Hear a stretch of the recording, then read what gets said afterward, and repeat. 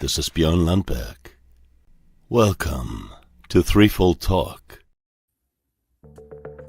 Welcome, everyone. Hello. Oh, why is the music suddenly? Sorry. I changed the volume. Oh, that's why I changed the sound volume. That was very dramatic music. Yeah. It sounded, I adjusted the sounds, and that was not the music. That's the background music. The sounds I adjusted it is like really teeny tiny quiet applause now. So we'll turn that back up. Oh, I kind of like that. It's very soothy ASMR rainstorm sound. There we go. Welcome, folks, to Threefold Talk. It's Threefold Thursday. We're back. Leigh-A is yelling unmuted, so I'm assuming she's yelling at a cat.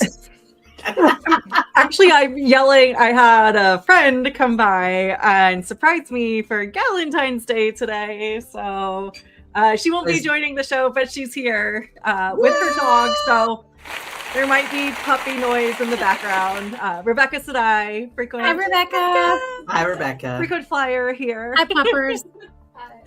And the puppers, yeah, I suppose, yeah. That's your excuse for not coming to surprise me. Getting the dog over here is, True. you know, you can't take dogs in the cabin when you're flying to the UK. We're weird like that. So I mean, he's 100 pounds, over 100. Like, he is not small. Wow. So he's a regular sized pupper. Okay, that's cool. You know. Yeah, he's a 100 plus pound dog and my 5 cats all in one tiny little apartment. Oh, that's cute. Well, it's good to have everyone here in chat watching, everyone who's watching back later who couldn't make it live, and obviously Rebecca and the pupper. How's everyone doing this week? Whew. Good. Good? Rolling. Rolling. Okay, We're cool. rolling through February, people. It is basically halfway through dumpster fire. Okay, fair enough. Mel is showing her cute dumpster fire. Yes, Mel's Clicker. showing her Just gonna impressive 3D dumpster bricks. fire, and I'm gonna eat licorice. Is that a Mel creation or a Brie creation, the dumpster fire? This is a Brie creation. Nice. Yeah, if you guys don't know, mostly Brie of Kit Rocha. I never say Kit Rocha fame. Rocha, yeah. She also is, yes, a 3D printing nerd like me, and she has these for sale on her shop, and you can go buy them. They're so cute, and they're really fun to For those who have chosen to listen to Threefold Talk as a podcast episode, because ladies and gents, we are now a podcast as well as a live show on 5 YouTube. years in. Here we go. So I need to 5 work years on in. my vocalizations. Mhm. Yes, we must announce. We're gonna thank Charlie for that. Charlie nudged me that she wanted to listen to our Expanse discussions, but can't do 2 hours on YouTube, but will listen to a podcast. And so if you go to, now bear with me because it's going to sound like it costs money first up, but it doesn't. If you go to the Patreon account, patreon.com/MalkieriCon, there is a free podcast available to you there. You can sign up as just a 3 member. So it costs you absolutely nothing, and you can listen to us. So if you stumbled across us and you're like, this is great, but I'd rather listen on my commute, they will be slowly and surely added up there. Obviously, we're a few episodes behind on that. There's only 1 up so far, but they'll be added in. So you'll be able to listen to us if you are unable to spend 2 hours on a YouTube video. So, which is We're really really awesome. going to have to start describing what we're doing, too. That's what prompted this. So Visually. yeah, so I'm currently holding a 3D printed, adorable, tiny dumpster. It's like 3 inches, maybe 2.5 inches, and some amount of centimeters in non-freedom units. And it's like a little green and blue stripy dumpster, and there's a really cute like reddish orangish flame sticking out the top. And when I click it, it makes a little nice like clicky sound. The fire clicks up and down. It's And the cute. fire clicks up and down. Yeah. So I'm like literally holding onto the fire and it clicks. It's fun. It's very stress relieving. Mhm. Yes, I believe that. So so that's like a first piece of news. I feel that sort of like segues us into listening to Michael and Kate for a hot second, because we're going to do some Dail Veil, folks. So let's get into it.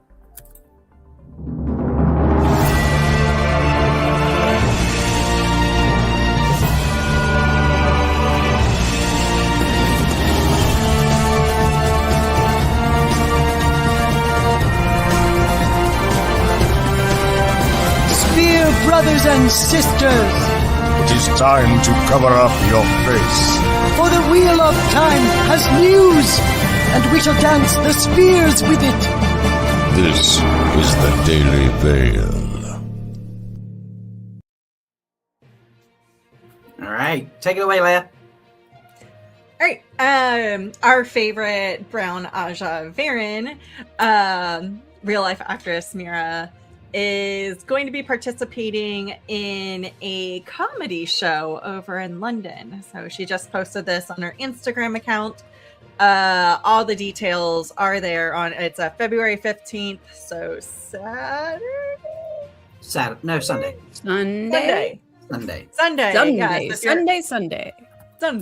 Sunday. So if you're in the London area and you want to go see her participate in a comedy show, you can do that at the Theatre Royal Haymarket. Yes. So it's a good theatre. I believe I've seen one of the multiple shows I've seen was at there. So, but yeah, she's honestly, folks, if you only ever known Mira from watching Wheel of Time, she is a huge comedy actor here in the UK. She's a great serious, like dramatic actor as well, obviously, and she's, you know, done multiple things over her career, but you know, she is really good at the comedy, and she is, I mean, she should be like Ricky Gervais and other people that like hosts like award shows and that, because she just have you all in tears. She's just great fun. So I'm bummed I can't go to this, but yeah, if you're in the London area or able to get to the London area on February 15th, go check that out. This is posted on her Instagram account, so if you can't find it, you can just hop over to that. But yeah, it's the big Valentine's comedy shindig. Nice. All right. And then Nikhil was kind enough to give us an update on his Instagram account. As we all know, there was an award that he was up for that none of us could ever remember what it was called. Still don't remember. We're good fans like that. The Psy Awards. Sure. Society of Composers International. Yeah, That something sounds like that. right. Yeah, something like that. That So sounds he good. posted lots of pictures on his Instagram account. There it is, CSL, whatever the fuck that is.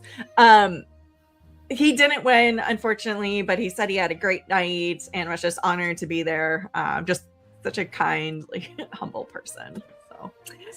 So just wanted to make sure that we're giving you guys the latest update on what was going on with Wheel of Time never winning any awards. He was there with fellow nominees Diane Warren, Sarah Bareilles, Ed Sheeran, and John Mayer. Like, Those are big names. These are some big names he got to hang out in a room with, which is pretty cool. Yeah. Pretty cool for our humble composer. Yep. Oh, and I remember last week we were talking about his album debut. Mm-hmm. And we were talking about the artwork. I messaged him and he said, first of all, thank you so much. Like, he appreciates that we're sharing, but his wife did the artwork and she came back and was like, oh my gosh, you guys like that? That's so amazing. And so pretty. love that it got compared to the Beatles. Yeah. So, That's awesome. So the SAIL stands for Society of Composers and Lyricists, but Blind Fool prefers Mel's guess. Yeah. I feel like we've looked this up every single time. Yeah. So it's just not sticking in any of them. Yeah. We're professionals. We are. Let's move on. Consummated professionals. Consummated. Mies, you found this We've one. still never made that as a t-shirt, have we? No. Need to. I do want yes, this big news came out just yesterday. Big news only because IWAT pretty much controls the rights to all Wheel of Time business, and so anytime their name comes up, I feel like we should focus on it. Though this one I would say is not maybe as positive as I'd like to see, but maybe for some people it is. So IWAT has released an announcement that says they are launching a new AI platform that pretty much that they will launch with the Wheel of Time works first. And what they were going to use it for basically is to align their allegedly launching the Age of Legends live action movie, the animated was that the Aja animated movie? And then their game, their RPG game. And so they are going to be using this AI platform to help coordinate and unify the creative work so it is consistent on all three pieces of media. And then they will be selling this same AI tool to other groups, which they referenced a couple strange companies in this article that I can't remember. One's like a car company and one is something else. So anyway, yay, they're moving forward with Wheel of Time stuff. Boo, in my opinion, they're pushing AI. Boo. So, Our audience are very expressive tonight. So. Oh man! You know what would be great is that instead of working on the AI platform, that they actually just work on the creative for these three pieces of media they're trying. Yeah, I mean, it'd be great if they're going to focus on one area. If they focused on, say, I don't know, more seasons of The Wheel of Time as a television show, like with the original crew and cast, or finishing one thing. One thing, good. Yeah, just finish one thing. There is a quote in the They article still that haven't- says something like, "No, it's really hard to launch, seasons quickly of a, TV show, blah blah blah. So this we think will help." I'm like, yeah, maybe that is a challenge you should have thought of. I don't know. No. Also, I Or don't think crazy it actually idea. I mean, does Sarah still work for them? Well, I mean, she was hired. Like, I mean, she on, kind so I of, would think so. I thought she was hired to I thought she was- basically focusing on the oversee game, the though, I thought. continuity of all the Wheel of Time asset stuff. I thought that was kind of her job. So did they decide to replace Sarah with AI? Because if that's the news, I'm very upset. No. I thought she was more plot driven. Yeah, she was a This was more book creative consultant. asset visually, like together. Oh, making the visually. This is like art. Cool, that's creativity. great.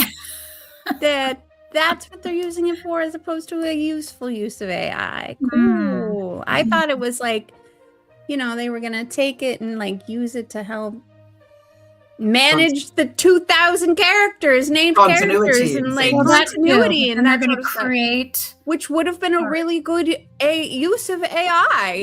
That would be a right? good use of AI, yeah. Is to like make Mhm. sure that like everyone has access to a continuity checker tool that you could use to make sure that like if you're pulling a character, you can do XYZ ABC, but not those other things. That could be Because part of it too, but it's also the look and feel of it, I believe, across all three. Do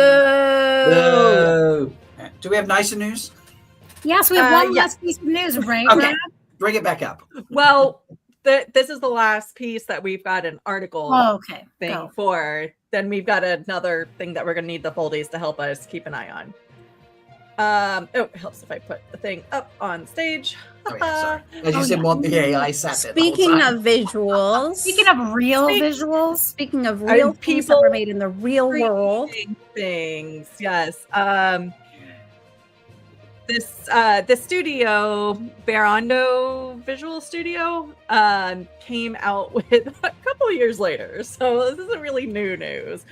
But they came out with information about the Swarrain fish hut. FFE. So, yes, and I'm just gonna go through these pictures really quickly because there are a lot of them, but they did actually completely build this fish hut, their little love shack down in the Pocket Dream World. So, and it's so just like cool. all the details are amazing, it is- and like I would want to stay here, I want one of those Me in my too. backyard. right? That's so cool. So- They thatched the roofs and they like Mhm.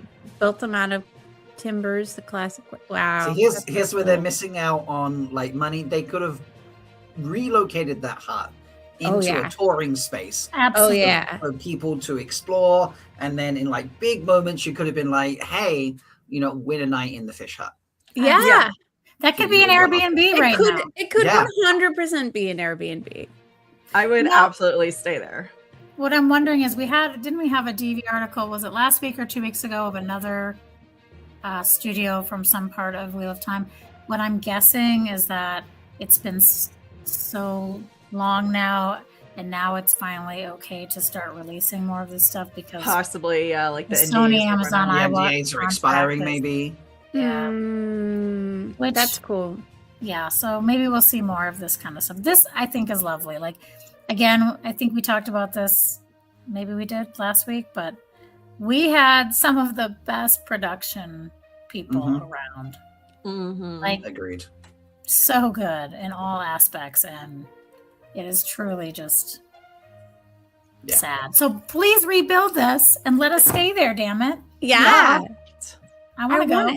They had to For put real. the money in to make it once. They could just make it You again. know, if somebody had money, like me, if I had money, I would build, you know how they have like Disneyland and Universal?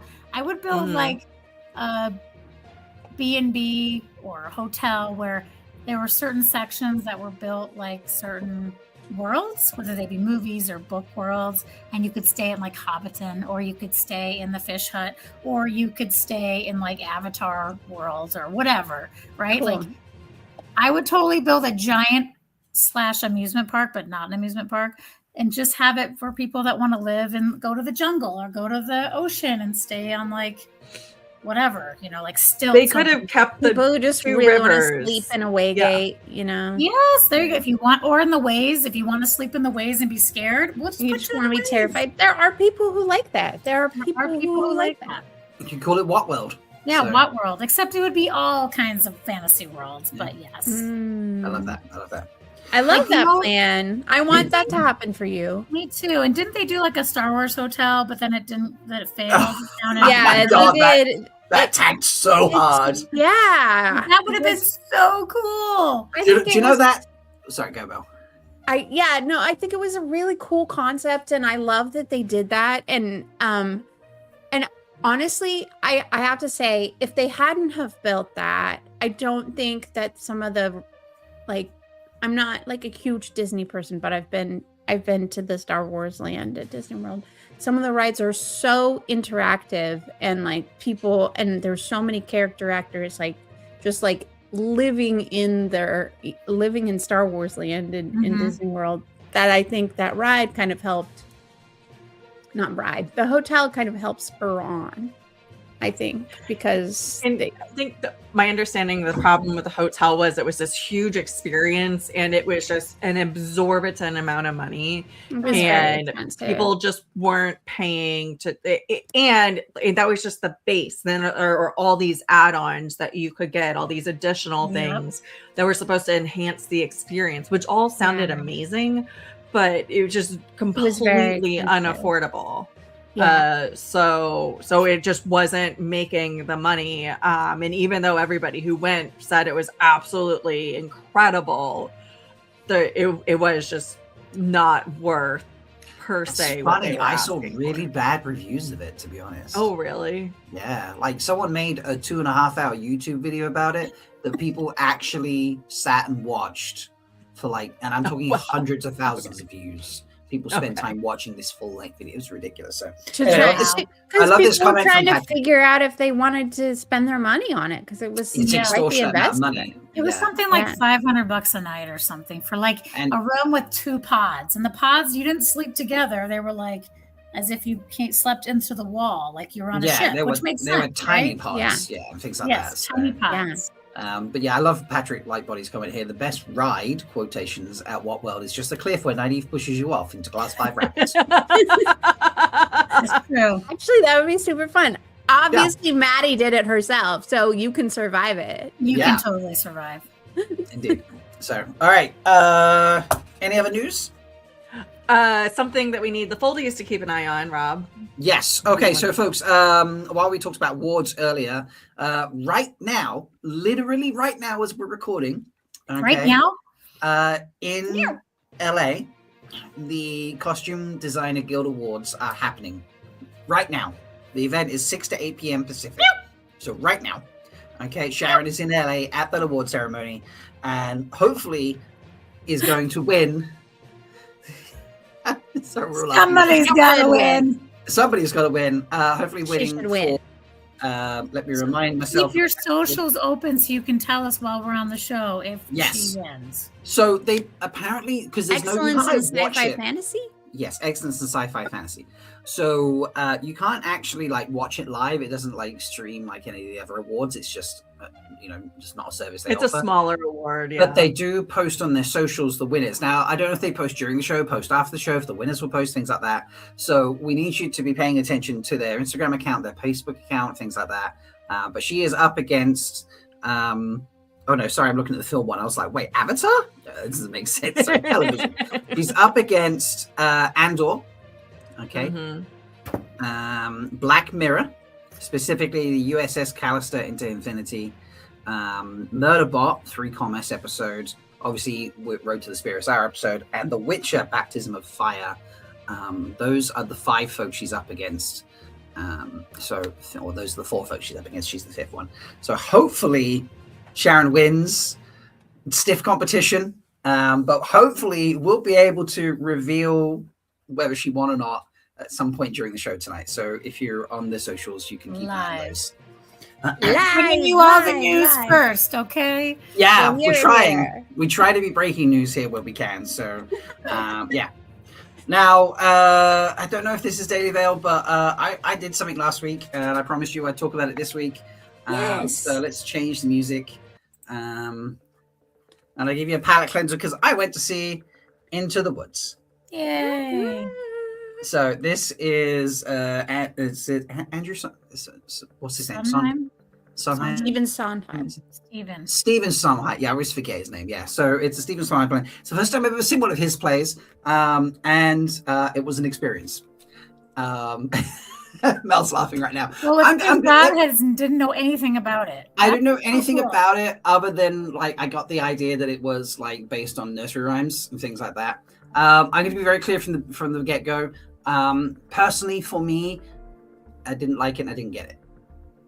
So that's just my personal take. Everyone else I was with were loving it. They were like, this is amazing. I was like, cool, I don't get it. And I didn't actually enjoy the play.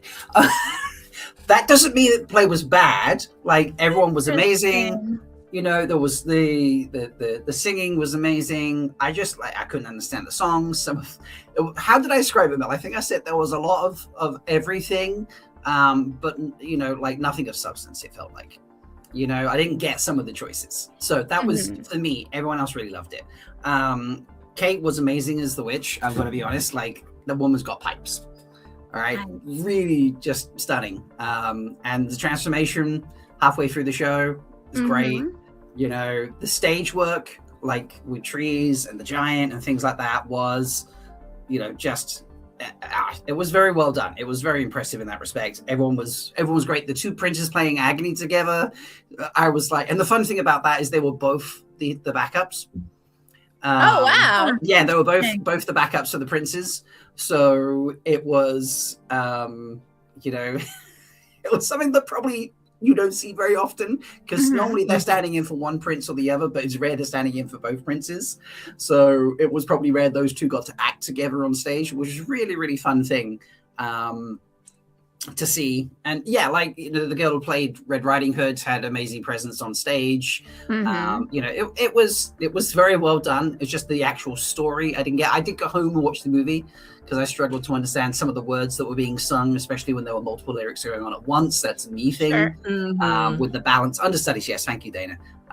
With the balance of like the volume between the vocals and the music, it's just something I struggle with every time I've ever seen a musical.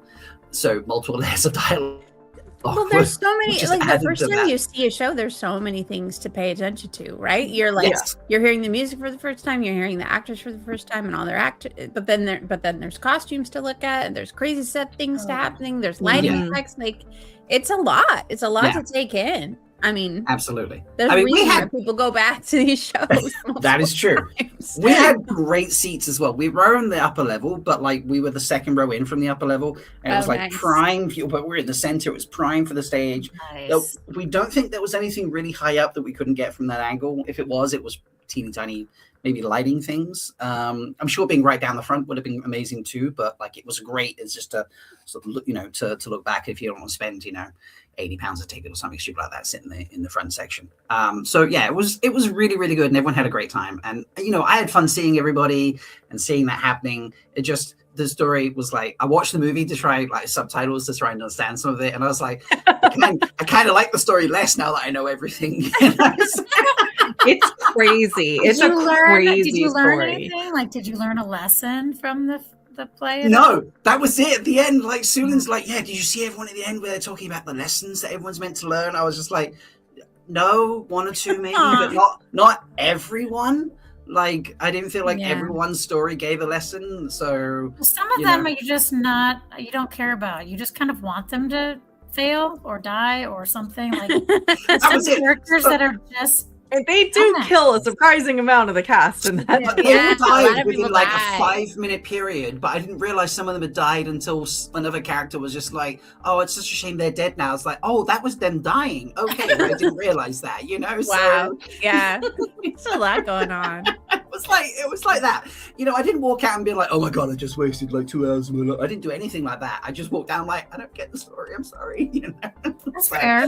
For me, what I enjoy about that show is it's like it takes all of the like fairy tales that you grow up with, and it like tosses them up into a new situation, but it's also like at the same time a commentary on parenting, and so like you tell your kids fairy tales growing up to like help them to try and impart to them like moral lessons or fables and all of that stuff.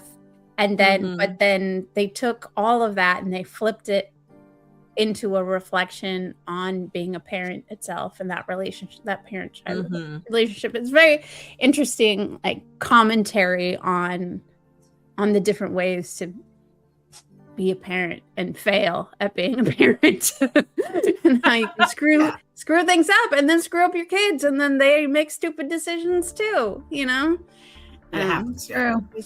Really interesting. But it was a good experience. The theater was lovely and all those things. Like I didn't walk out and feel disappointed at all in that respect. So just a play that wasn't for me, I suppose. But yeah, everyone else loved it. Yeah. And so Kimmy couldn't hang around, but we did. The 6 of us that were still there, we were like, we'll go sit at stage door just in case. We had heard that Kate was one for just kind of like taking off, which is kind of evidenced by the fact I've seen 3 other plays with Kate in, and we've never once managed to catch Kate. However, we did manage to catch Kate on this occasion. So we did get to meet Kate afterwards. And Ashrakova was the one who reached out as we were like just there, and she was like, there was like not many people there because it's like I went to see my Master Builder and everyone's there to see Ewan McGregor, for Christ's sake, security guards and stuff. It was just like low key down the side of the stage door. But she came out, and Ashrakova was just like, we didn't realize Black Aja could sing so beautifully, and she was there and she was smiling and just sort of signing, oh, thank you so much, I'm glad you enjoyed it. And then Ashrakova said that, I'm not lying, people, her face lit up.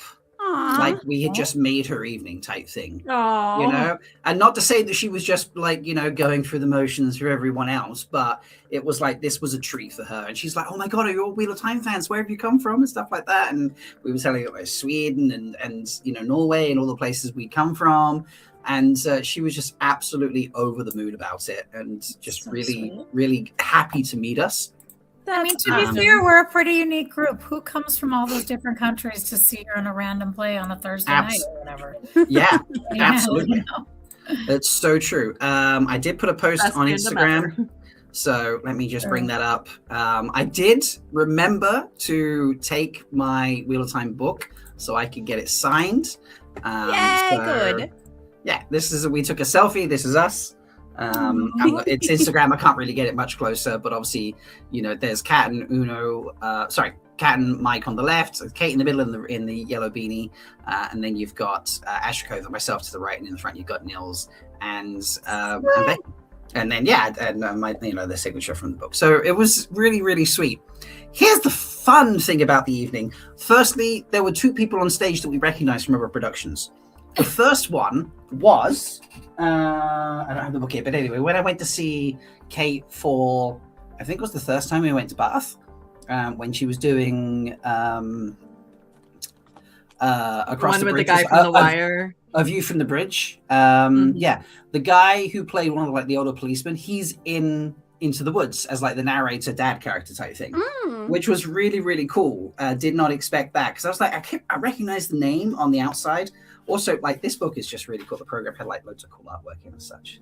That's Oh, beautiful. Yeah, so it's a really good book. So I was just like, I recognize the name. And then I kept looking at him on stage and I was like, oh, Christ, it's that guy from A View from the Bridge. I was like, that's really cool. Like, there's a picture of Kate, for example. Aww. Hi, Kate. Such a good picture. So, you know, it was just really, really cool. I was like, oh my God, like, it's that person, this and the other.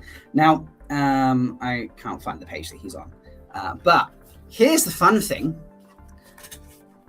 you recognize that face? Latra. That's so cool.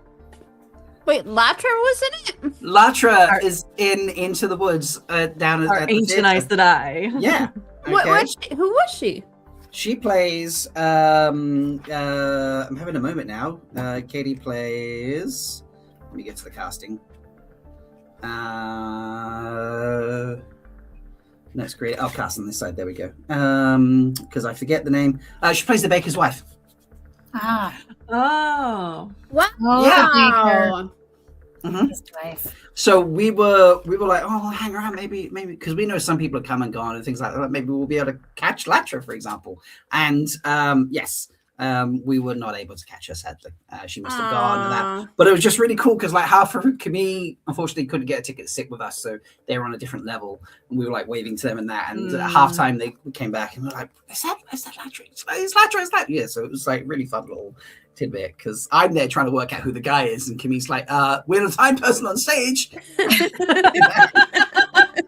Hey, it's a job. I always love how London is huge, but yet in these moments, it's so small. Absolutely.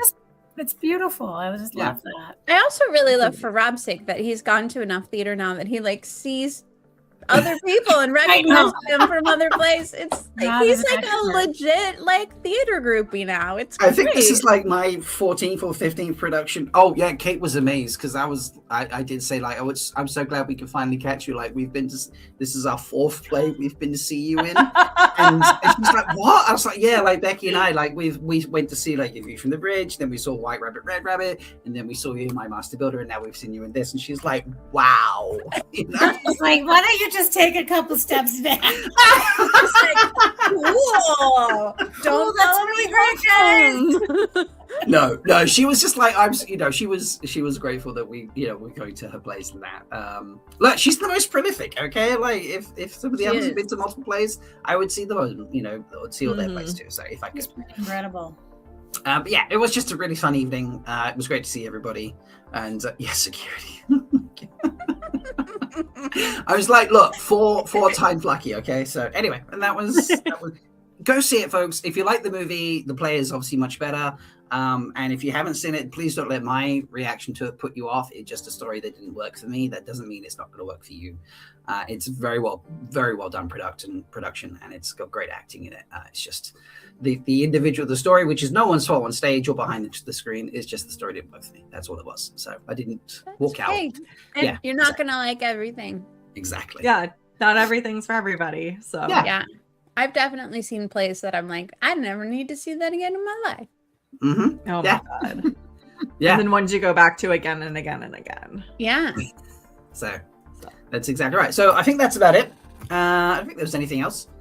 So is it time to talk about other things? Yeah, it maybe. is time to talk about other things. Time to Time move to talk to about other our things. main topic. I feel like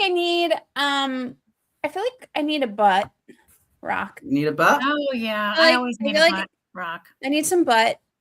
Mhm. And then I don't know, I'm feeling like we just like need an interlude or some sort of Yeah. We need something that a is butt like interlude? A butterlude. That was a Yeah. butterlude, but I feel like I don't know.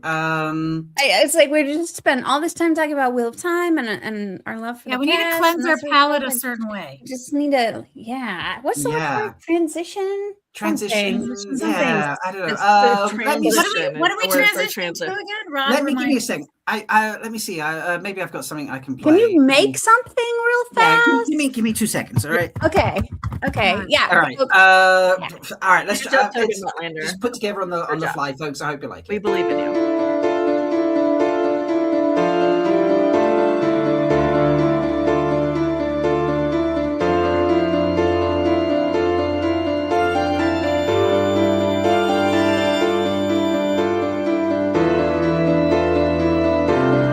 In the world of threefold,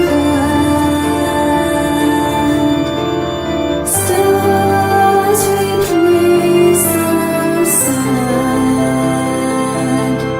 Join the journey, take my hand, while hearts and minds expand.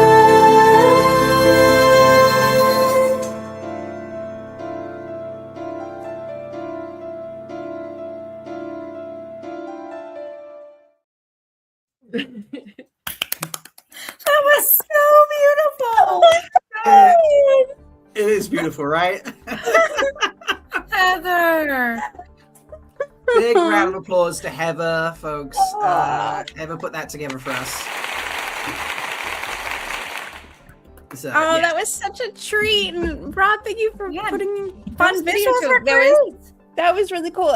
For people who are only listening, it was a very cool, like planet rotating, solar system-y, zoomy, any howdy thing. Yeah, it was kind of like trying to work through the solar system type vibe and here. Unfortunately, there's no good footage out there of the asteroid belt, so I had to go like Saturn and Jupiter as like That's video okay. image. Obviously, none of them are like actual videos of Saturn. and The Jupiter. Belters are gonna be so mad at you. I know, Some right? serious racism, Rob. You're such but a honest- spacist. So I Such a will space. say the Belters do include the moons of Jupiter and Saturn. So Okay, cool. technically it's Mars, Earth, and then everything else is part of the That belt, was it, whether like, it's I- asteroid yeah. based, Okay. space station based, or you'll eventually start hearing about, like, we'll actually talk a little bit about it in one of the chapters today. Ganymede is one of the moons, I believe, of Jupiter. So That was it. Like, and Saturn had been mentioned as a base, Jupiter mentioned as a base.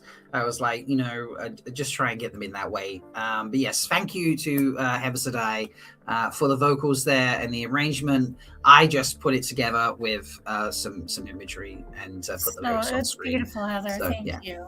It was wonderful. just that was a joy to put. I imagery like the to line. it. We went from stars to sand, or sand to Yeah. stars. sand to Yeah. stars. I love Stars. that. Yeah, So good. So good. exactly. And I just love that real version of how the solar system works. Solasoid. Solasoid. The solar system works like We haven't quite- even started yet. We haven't started yet, but let's start. Let's talk about chapters 7 and 8 of God. Leviathan. Wait, Fucking do it. Let's who, do it. who wants to give us a recap? Me. Go, Do Mel. it. Okay, so when last we left our reluctant not heroes,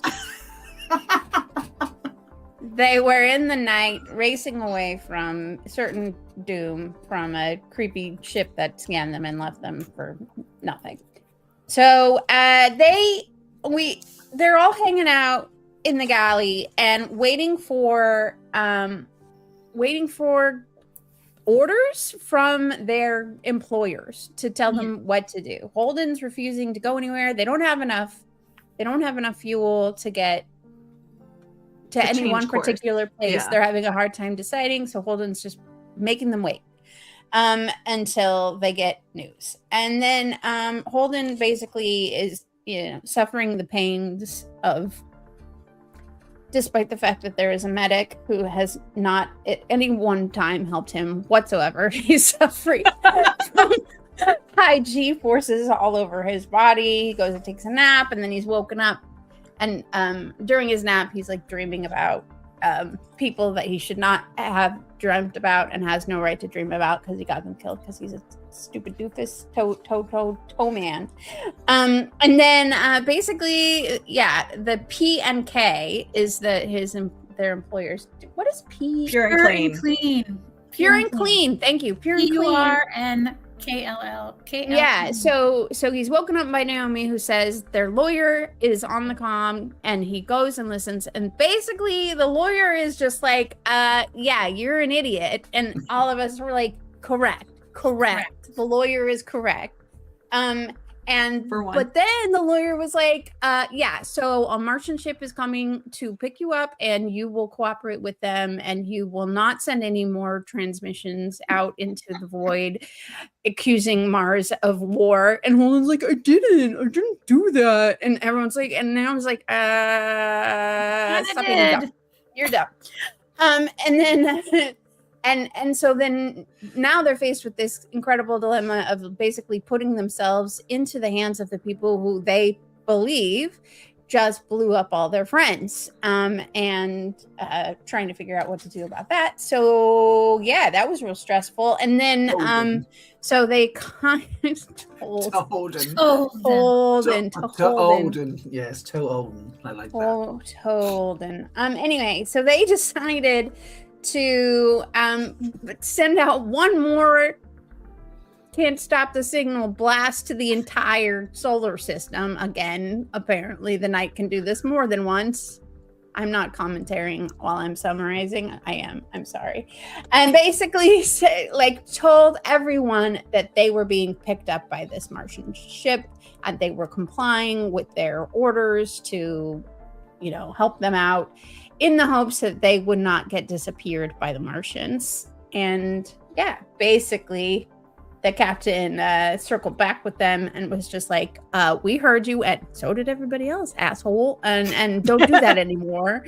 And then and then right at the end of the chapter, dun dun dun, as they figure out it's going to take 13 days for them to get to this Martian ship, they realize that there are these ships flying dark coming at them from the belt that will get to them in 2 days.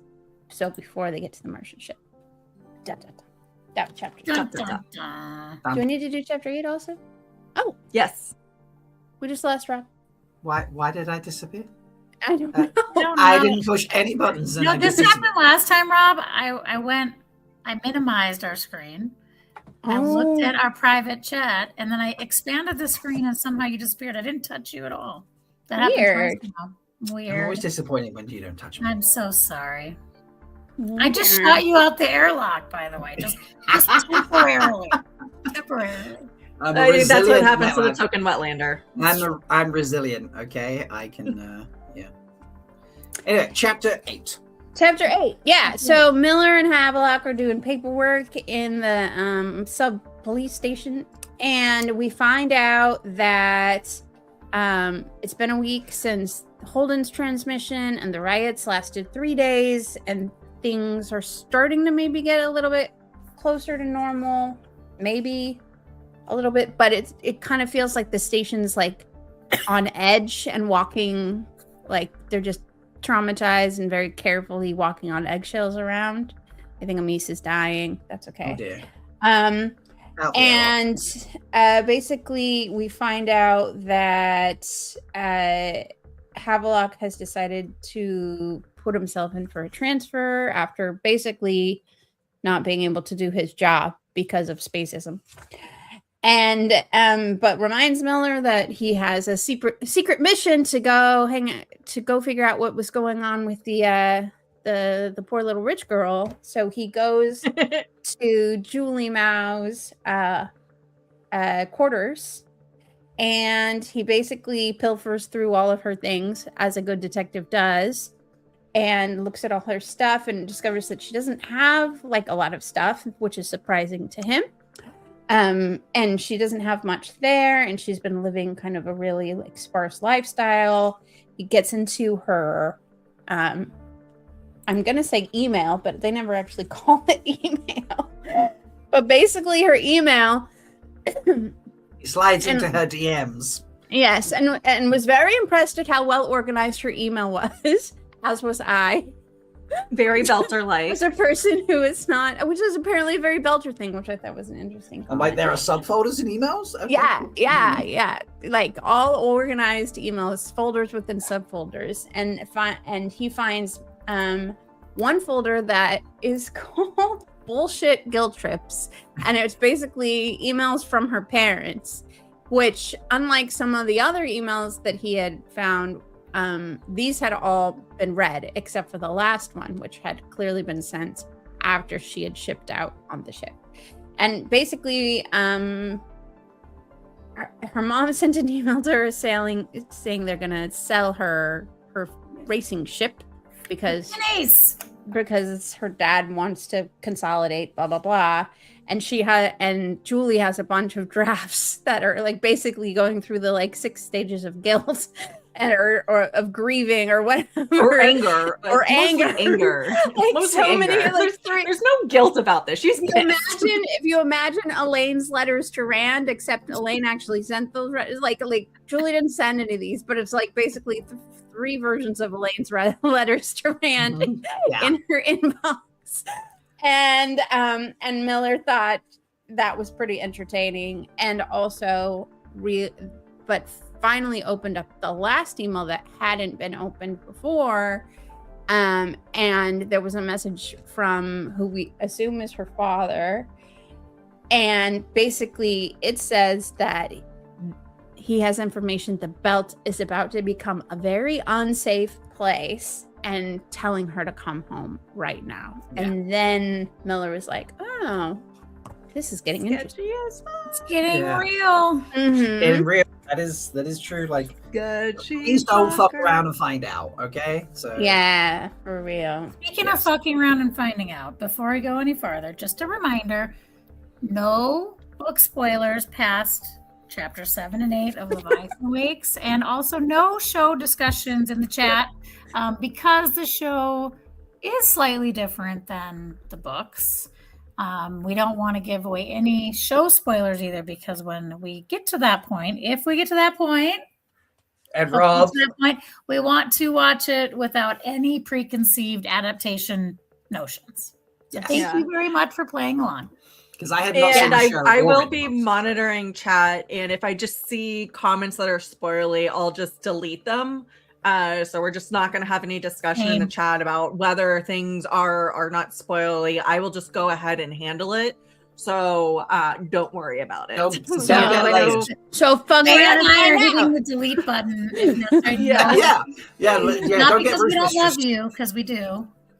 We do, and so like don't like, and we'll try to remind everybody every week that this is just something that'll happen, and mistakes happen, because if you're like me, I've seen these things so many times and I've read the book so many times that frequently I completely lose concept of where we are in the story. And so it's okay. It happens. Mistakes happen. But we're just gonna protect our first-time readers, first-time watchers. Which is weird for me to be in that position, because I'm the one that's like, I need to make sure no one tells you the story. I'm like, I don't know. Rob, there are people in the chat who are right there with you. So Rebecca's right there with you. So like, she hasn't seen the show or read the books either. So yay! Hopefully she doesn't worry about getting spoiled up to 7 and 8.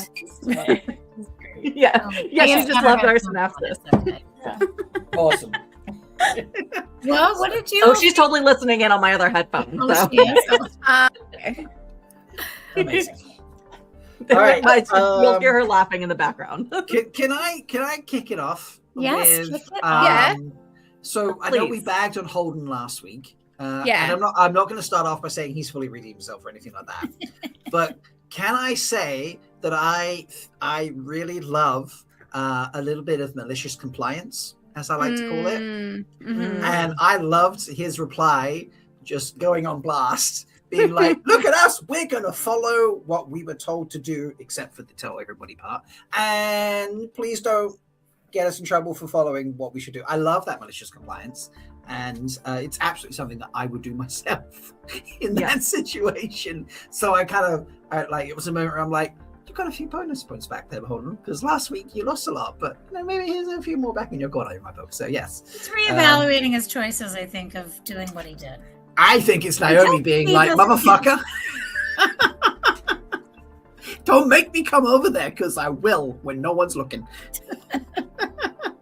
Jim, this is your decision, she said, but her eyes were hard. Now, what you were going to do is get the remaining 4 members of your crew to safety, and that's all. Yes. Get your crew members to safety. That is the goal right now. Because Naomi says so. Oh, sorry. Yeah. Mm-hmm. I was Amos like, calls the captain. Which is amazing. It's very funny. I know. Amos is just like, Naomi, what are we going to do? Yeah, how do we feel about that? I mean, she doesn't correct him. She doesn't correct Amos. She shouldn't. And but then Holden responds, and there's not really anything after that deals with that sort of trifecta of communication. Like, yeah. How do you think that's going to play out? I don't think it's going to be a problem. I think... You think Amos is going to listen to Holden? I think they'll listen to Holden because they trust that he's listening to Naomi. Yeah, I think there's definitely I think they're definitely building up a possible conflict where Amos has to pick between Naomi and Holden's choices, and when they're not in alignment, and he's going to make a choice that is going to bad things are going to happen. Yeah, for Amos, as long as Holden's listening to Naomi, then he's down. I think when Holden, as is like you say, it's probably being set up for, says like, actually, no, we're going to do this, Naomi. Then Amos is going to be like, well, I'm with her, so yeah. There could be some sort of mutiny, soft mutiny. Is that a thing? Is there soft mutinies? I think could be some sort of soft mutiny happening. I feel like it would just be like a split of the group, so to speak, a breaking of the party, you know? But can we talk about the fact that there's medic on the board who did not in any way help the guy who was imminently going to get full body cramps around his whole body? Did nothing for him. Nothing. It's kind of annoying, yes. He does nothing. Well, it doesn't say that. What is his part? It doesn't say that Shed didn't give him the medicine. Yeah. It doesn't say that he did, but it doesn't say that he didn't. So he's done 0 things, and I have decided that he is my murder of the week for being useless. Murder of the week. He is useless. It felt to me like what Holden was going through was standard issue post juicing situation, and all you could do was take those painkillers, and that was it. So trauma. Yeah, well, I mean, the trauma comes from him, and it's like, you know, fascination over a breath at the end of the life. So you need to add him in, Shed. No, Shed. Yes, Shed. Yeah. I honestly feel like we don't see Shed helping Holden very much because I don't. Again, like Amos, he was sleeping when we first started the chapter. He was just asleep. I feel like does they don't. Does this guy ever do anything? I don't think they really care about Holden. That's the thing. I feel like they're in the night, and the structure of the cant is gone, and everyone thinks Holden's a dumb shit because he is, and Shed's not going to give a shit about,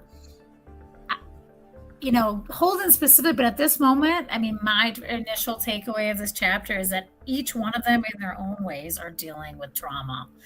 And the only reason they're bonding is because it's a trauma bond right now. Like, I don't think any of them really know what the hell to do. So Shed not giving him any, you know, medicine or whatever, I think they just don't know what the fuck is happening. Like, all of this is happening really fast in their world. And I think they're angry and sad, and they blame Holden. And, you know, like, Shed's like, what am I doing here? You know, like, I don't know. Like, I don't. So his trauma response is just to, like, sleep it off. Chill. Yes. Hide. Yeah.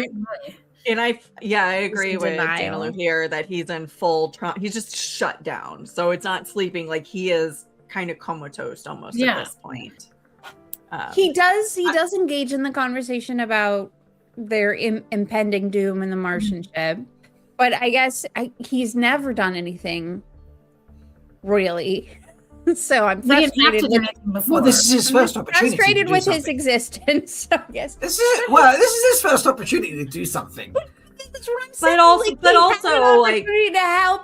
He had an opportunity to rise to the occasion as the medic, right? Like everyone's in trauma. Like he could have been like trying to help people process their trauma. He and might maybe have get an exemplary record. up to punched this in the point. face by Amos for trying to help him. You know, like something. Give me something, Shed. He's giving me nothing. He's giving Shed me the nothing. medic could literally be like he took a first aid class. Like we don't even know what his medic status is, right? Yeah, I he might have know. a total lack of training. He might have been an amazing person up until this point. You I'm know? at the point where I don't understand why he's on this ship because everybody else has something interesting and unique about them, and Shed has nothing. Okay. Oh, I'm murdering him. Murder him. I disagree. This is our first instance of shared interaction. We don't know his history. We don't know his performance record. We don't know whether he's been a good medic, a bad medic, whether he's been through shit before or not. We don't know his backstory. Like, I think you're judging him on a single incident, and that incident is the vaporization of an ice hauler in the middle of nowhere by pirates, Random. maybe And fucking unknown. random, you know. And Yeah. everybody else has had some sort of interesting interaction with that situation, except for this guy.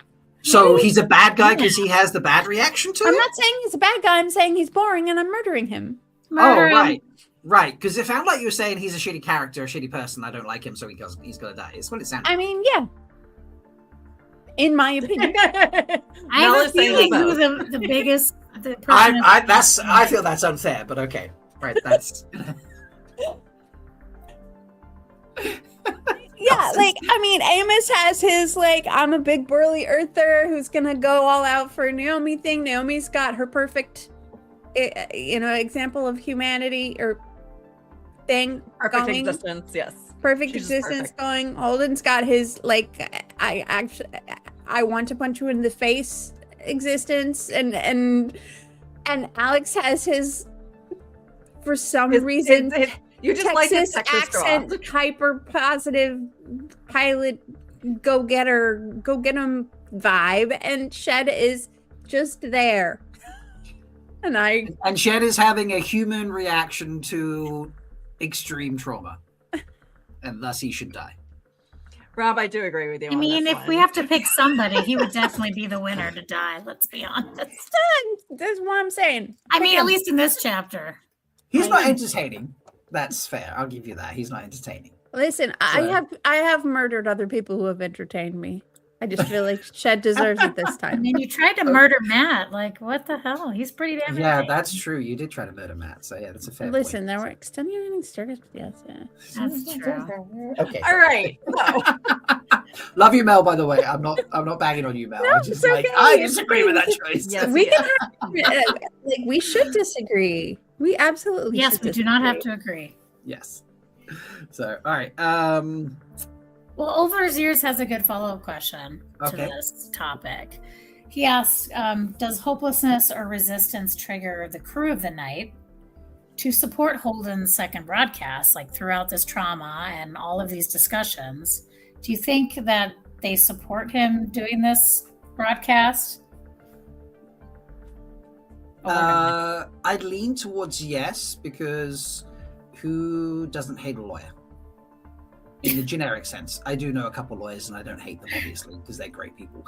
But you know, the greasy lawyer in a story, who likes that person? You know, Well, and they're all- also the lawyers from their company who took hours to respond longer than they needed to, which means they had to go placate somebody, and craft a deal. And they had to lawyer Mars. up. Had to Mars. lawyer up. Yes, they had to Yeah. talk to Mars and not get their ass whooped because Absolutely. Holden's You know, an idiot. basically then turned around and was just like, well, just go let yourself be taken prisoner by the Martians and shut the fuck up while you do it. Like, I don't see anyone on the night being like, yeah, that's cool. Like, I got a problem with you being the boss or having, trying to do some sort of malicious compliance, which also then does say to the galaxy, like, well, not to the galaxy, but to everyone out there being like, look at us following the rules. And by the way, please don't forget we exist, while we get taken by Martian Navy, I mean, it was not very subtle. It was not subtle at all. Yeah, And I agree. I would not be surprised if they get fired anyway. You know, They're gonna get fired. Let's be honest. They got. I mean, they should get fired, but like, well, Holden should get fired. But, Let's be clear. but Holden not should get for what happened to the cant, but for Right. the broadcast after. for the Let's second be clear for what the we're first talking about. broadcast Yeah. and the second broadcast. For sure, the they should get second- fired for that. oh, for the, Okay. not for Why? the cant. For the second one is maybe. Yeah, because he Not for the says first one. Not because for he the first literally is just like, He has if- 3 broadcasts now. This is if the we third. get disappeared, that would not do a very good job of convincing people that the cant wasn't destroyed by Martians.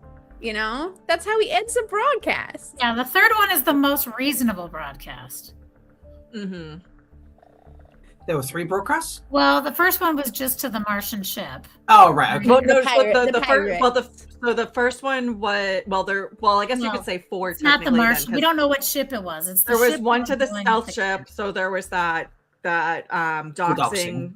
the Yeah, crew. there's all the Doxing. people on the ship that you just Then he killed. broadcasts. He does a broad spectrum broadcast to the entire belt, That's exactly which right. again Yeah, obviously makes it further than the belt. And it's like then SPF technically there's a 150. communication to Pure and Clean. So there's a communication that is still technically a broadcast, even though it's not a wideband broadcast. And then the third one is another high-powered wideband broadcast of the malicious non-compliance. So there's been 4 forms of communication from the night so far. So that felt like he was just waiting on P and K to get back to him from his wide broadcast situation. Sorry. Yeah, no, he sent a specific message asking for clear instructions on where they needed to go. And I do like actually, so Amis, you had a great question about, I think you did. Did I? I don't know. So if we're going to list them, doxing the crew, Holden, 100% responsibility, dickhead. Belt-wide, well, solar Blaming system-wide Mars. broadcast. Trying to start The- World War whatever. No, I'm going to be on his side. Technically, didn't blame anyone. Just transmitted the facts as they Transmitted appeared the to him. facts without. All right, thinking which of it. everyone agrees. What he said, it was backed up by the evidence he transmitted with it. So let's be being technical. Very obtusely done, though. It was poorly crafted. Could and have said even that's though a P&K. He didn't say Well, and we that. see in the Miller chapter that people have gone back through the data that Holden sent, because in addition to the message, he sent a burst of all the various data collection that they'd done on these ships. So, and then there's video evidence of this in addition. So I'm sure like there were like other satellites or video recorders that just get large snapshots of space saw this as well. So it seems like in the Miller chapters, so we're jumping ahead a little bit, but people have been going back and dissecting, and it's just very unclear. And there's a full gamut, which again, I said it last week, and like going into this week, these Miller chapters are just such a, like, especially where we are specifically in the United States today, like getting these like very quick reaction videos of incidents that are happening almost in real time and going through and just like the immediate reactions, which we saw last week, and now it's a week later in the Miller chapter. Again, jumping chapters. Yeah. But so Rob, you were going. So second one, you don't. Yeah. blame- So Holden isolated. He's like, here's the facts, and he just said it away where everyone then chose to take their own opinion on that fact. Right? He's like, here's what happened, and here's what we found. And people were like, so you're saying Martians did it? And I'm like, when did he say that? Let's be honest. Okay, everyone's just running with their emotions here. All right, something Holden does a lot. So but Mel, you seem to disagree. So first one, you say like the doxing, you blame Holden. What are we rating We're these blaming- no, communicators? whose Blame fault? Holden. Whose fault is, you know, like Holden's at fault for the first one. He did that. Yeah, I also think he's at fault for the bots because he decided to broad spectrum blast With no it permission of his crew. with no. What crime did he commit? I'm not saying he committed a crime. I'm saying he was a dumbass. I'm saying if he had any sort of forethought, he would have understood how that could be interpreted. Knowing as he knows, as he was clearly in understanding like the spacism of the politics of all the things, because he's on a ship with different kinds of people and he understands these like interplays of these different societies, clearly because he knows how to navigate them. And then he decides as a rando to just rando blast this stuff and throw that out into a very spacist society. I mean, obviously because he was upset and traumatized and all that stuff, and he wanted people to know that this happened. But like, what was his intention with blasting that out? Like, what did he think was going to happen? Because I think the only thing that he thought was going to happen, he wants some kind of response. He wants revenge. He wants revenge on who he thought. That he was hoping that it would make whoever pressed the button feel bad for the rest of their lives. That these were the 50 people. Not necessarily logical. Sorry, second broadcast. Oh, the second one. Oh, yeah. Okay. The belt. I think he just had no forethought whatsoever. That's what I'm saying, and I've had this conversation a lot recently. Incompetence or maliciousness, it has the same result. Mm-hmm. True. In that, all right. He's inadvertently. It was a very stone dog moment, I will say. Yeah. So I'm going. I disagree with you there, Rob. Yeah, I think that was also his fault. I'm just like, okay. So firstly, I was trying to talk about who should get fired for what they did. Like that second transmission was Holden's responsibility. Okay, but in the same breath, I was just trying to point out he did not blame anybody. He transmitted literal facts. Everyone else took their own opinion on it. I was just trying to be clear about that. No, yeah, absolutely. That is true what he did, but he did not think about the potential outcome of I think he did. I think he did. I think he's like, I'm just going to transmit facts. All right. I know that people is going to start some shit, but at the end of the day, I am just transmitting an actual factual documentation of what just happened. And it was a very much save my ass. People should have that information. This is literally, actually, objectively, what just happened. All right. I think he was knowing what he did knowing what he was doing when he did that. Yeah. He knew that he was starting shit, and so that it does make it his fault. I think from that, if we're talking about an employer-employee, if that's what you're going for, an employer-employee thing, an employer would say, you had no authority to speak on behalf of the Cant. And did he speak on behalf of the company? I mean, that's what I'm saying.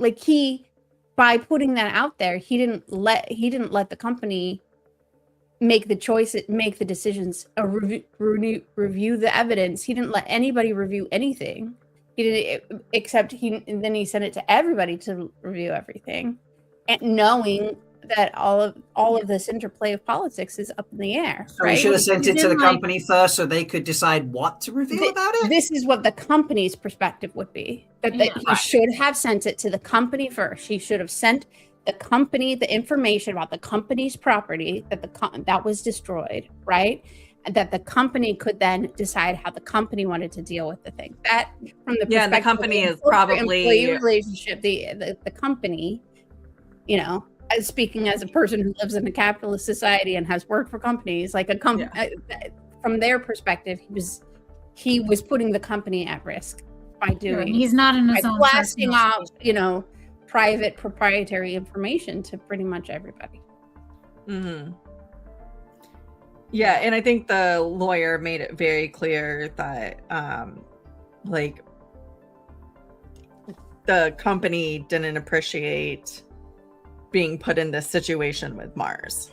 Right, because they probably have a lot of contracts with Mars to do a lot of business. Right, yeah. Yeah, they say, we've also received your broadcast accusing Mars of destroying the Canterbury.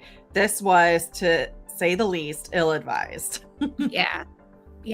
And I think if Holden had any intelligence whatsoever and did not just go off gut instinct and hero syndrome, he would have known that was going to see. I'm not saying that I wouldn't have wanted to do the exact same thing in that situation, right? Because I would have wanted revenge for my colleagues. I would have wanted somebody to take action, you know. Mhm. But Yeah, and I think when a lady is agreeing with you, like that's why we have whistleblowers. right, exactly. But at the same time, like, we didn't have any evidence that the company he worked for were bad guys, right? Or were, you know, we didn't have any evidence previous to this communique from the lawyer that was Well, gonna we happen. do have evidence that they're not necessarily for the employees based off of some of the comments about their insurance and Oh, sure, yeah, maintenance but that's kinda like- schedules, and it is a little bit more about profit driven. So you know, the standard I guess capitalism. maybe as an American, like I'm just like that's just like every company, so that's Right. you know what I mean? Yeah. Like, that feels normal. Like they're like I get it. operating like corporations. Yeah, I suppose I'm just kind of like, you know, in the grand scheme of things, yes, people take it the wrong way in that. But I don't know. I'm just like, he sent out factual, objective evidence. And I'm just like, that should never be a bad thing, because the only people embarrassed by that or have an issue with that are the people who are hiding things. You know? And I'm not saying you should know everything about everybody, but in this situation, just saying, hey, we came across this ship, and then this other ship turned up and blew up, you know, was it like 50 people on the can or something like that? How many people it was on the can, using nuclear weapons, and then just disappeared. Like, here's the objective situation here. You know, it's like, in essence, reporting a war crime, you know, rather than being like, sent them to like all security, you know, places or whatever. Like, he just literally did a mass broadcast. Like, that's where my thing is. It's like, he thought about it maybe, and he didn't think about it maybe. Like, sure, he blasted it out solar system wide, basically. He could have easily sent it to whoever the governing bodies are of each Mars, Earth, Belters, like the people in power of each group. So I will say, you know, from somebody who's been on a ship at sea and having to do strategic communications, it's not quite as easy as it sounds. No. Like, you just like, it's not like you type, like you've got everybody's phone number plugged in for the most part and you do a group chat to people. It I mean, like those them do. processes are a little bit more who's going to hold the land. This is like, But apparently years you can just later. like put all of your messages on everybody's screen. yeah, it's called the internet, Mel. In addition, this isn't, I don't believe that so it'd also be like being on my ship in the Navy and then taking a smaller boat, like, so one of our, we call them ridge hull inflatable boats, going out and then needing to send these communications. So the rib is not equipped to do this types of shit. but it could have called So- Fury Queen. It could have So called even if you have even if we have all the walkie talkies and like all the bands of communication, we don't have the literal information of these various things for the most part. Sure. No, So Yeah. like again, like, Not so as not easy. to make excuses for what Holden did, but coming from the background that I have, like, I can empathize why it may not be as simple as it seems. And maybe it might just be more simple to do this broadband, especially immediately after the events where your brain's a little scrambled based off of the what the fuck Sure. Again, isms of all of it. Again, this So- was so- last week's stuff, so we should move on to this week's stuff. Yes. Yeah, sorry, I diverted us. I do apologize. But like in the context, Rob was like kind of going through the communiques and like trying to figure out like where he Yeah. was involved. So, like, and- if you're gonna sack someone, I don't think anyone's gonna care about that first one. I don't think anyone's gonna. Or not even get sacked, because at this point Mars is potentially they're joking, but are they joking about the possibility that they're Right. going to get thrown in jail, go get disappeared into a prison sacked somewhere, slash disappeared then. get their toes Yeah, pulled and off. I don't. Yeah, fingers pulled And off, toenails, tortured. something like- And yeah, tortured. So, first one, I don't think anyone really, in the grand scheme, is going to care about. If that's all Nobody Debbie knows done, about I don't- that no first one's one. gonna It really only know about went it, to yeah. the stealth ship. It would probably show on the Knights transmission records, but like whatever. I don't think anyone's Yeah. going to really care about that. The second one, I think you is going to doxed get. all the people. No, I meant like the company's not going to care. That's what I meant. Sorry. No. The second one, I can see the company at the very minimum giving him like a final written warning type vibe. If not, just be like, "Hey, Martians, do you want to do like a work study for 6 weeks on a Martian ship? Cool. Okay, yeah, maybe we'll see you afterwards. Maybe you'll mysteriously quit afterwards." The third one, obviously, is just standard communication. That's like just practice. Like, hey, what do we do? The fourth one, I think, if they would like to do something with him, but he is then, it's like, screaming in the public foray, like, I'm doing what they want me to do, but if I disappear, you know that I disappeared just because I did what they wanted me to do, type thing. Yeah, I think that might have been the smartest one he did. That's the smartest one. I think I agree with that. That of all of the stupid ones, and they were all stupid, that was the least stupid. I agree. Like if Mars weren't involved, I feel like he gets sacked for the second one, but not the fourth one. The first and third we can just ignore, in my opinion. But yeah, with the Martians involved, I think it's a case of like he's was going to die because of the second one, and now might live in pain instead. Yeah, I feel like he's less likely to die because of that one, the last one, and everybody else is less likely to die because of the last one. Which Except I think, Shed. back to Oliver Zier's question, like I think, I don't know. I feel like I get this sense from you guys, and feel free to correct me if I'm wrong, that you think that the general vibe of the crew is they're not really interested in following Holden or whatever. And I guess I get more the sense that they're testing his ability to be a captain, but that they're not like aggressively against him being in that. Like, I don't think anyone's like, except for Amos, I don't think anybody else on that crew is like, I wish Naomi were in charge instead of Holden. Like, nobody else is. They're all calling him sir. So Right. that's one thing going through this chapter I noticed is that they're sirring him. So Alex is saying sir. Even Amos is saying sir. I think the thing with Amos calling Naomi Cap is just because in that first chapter was he calls her the boss, and Holden's like, yeah, that's what Amos does. Like, Amos calls her the boss, even though I'm in charge. Yeah, I get this sense. I get the sense that almost in some senses they're kind of rooting for him. And the reason why they're calling him sir and they're calling him captain is because they're trying to reinforce, like, maybe even if it's not consciously, they're trying to reinforce with him that he is now has to make these decisions that they definitely do not want to be the ones making. And he is now in the position to be making those decisions. And so they are showing him that they know that he has to make those decisions, and they're going to give him the authority to do so. Yeah. Even though they don't have to. So I guess what I'm saying is, from my perspective, I don't get the sense that they're like, there's like a big mutiny thing brewing. I think the only issue is Amos. Like, I think Amos could be an issue, but I don't think collectively as like the rest of the crew, there's an issue with them and Holden. I agree. Yeah. I think like the sir thing is them being like, he is the XO. So thus now he's the highest ranking officer. It is to remind him, hey, you are the guy in charge, so you do have to like make these decisions that like work out for everybody. And probably a little bit of reassurance to themselves, being like, yes, sir, like, yes, there is someone in command. Yes, sir, I'm in the hands of someone capable, someone trained, someone who's responsible, someone who is designed and trained to be in this position. Right. So like, it probably goes multiple ways there. So, and I literally with Amos, I think it's a literal case of like, he's just following Naomi.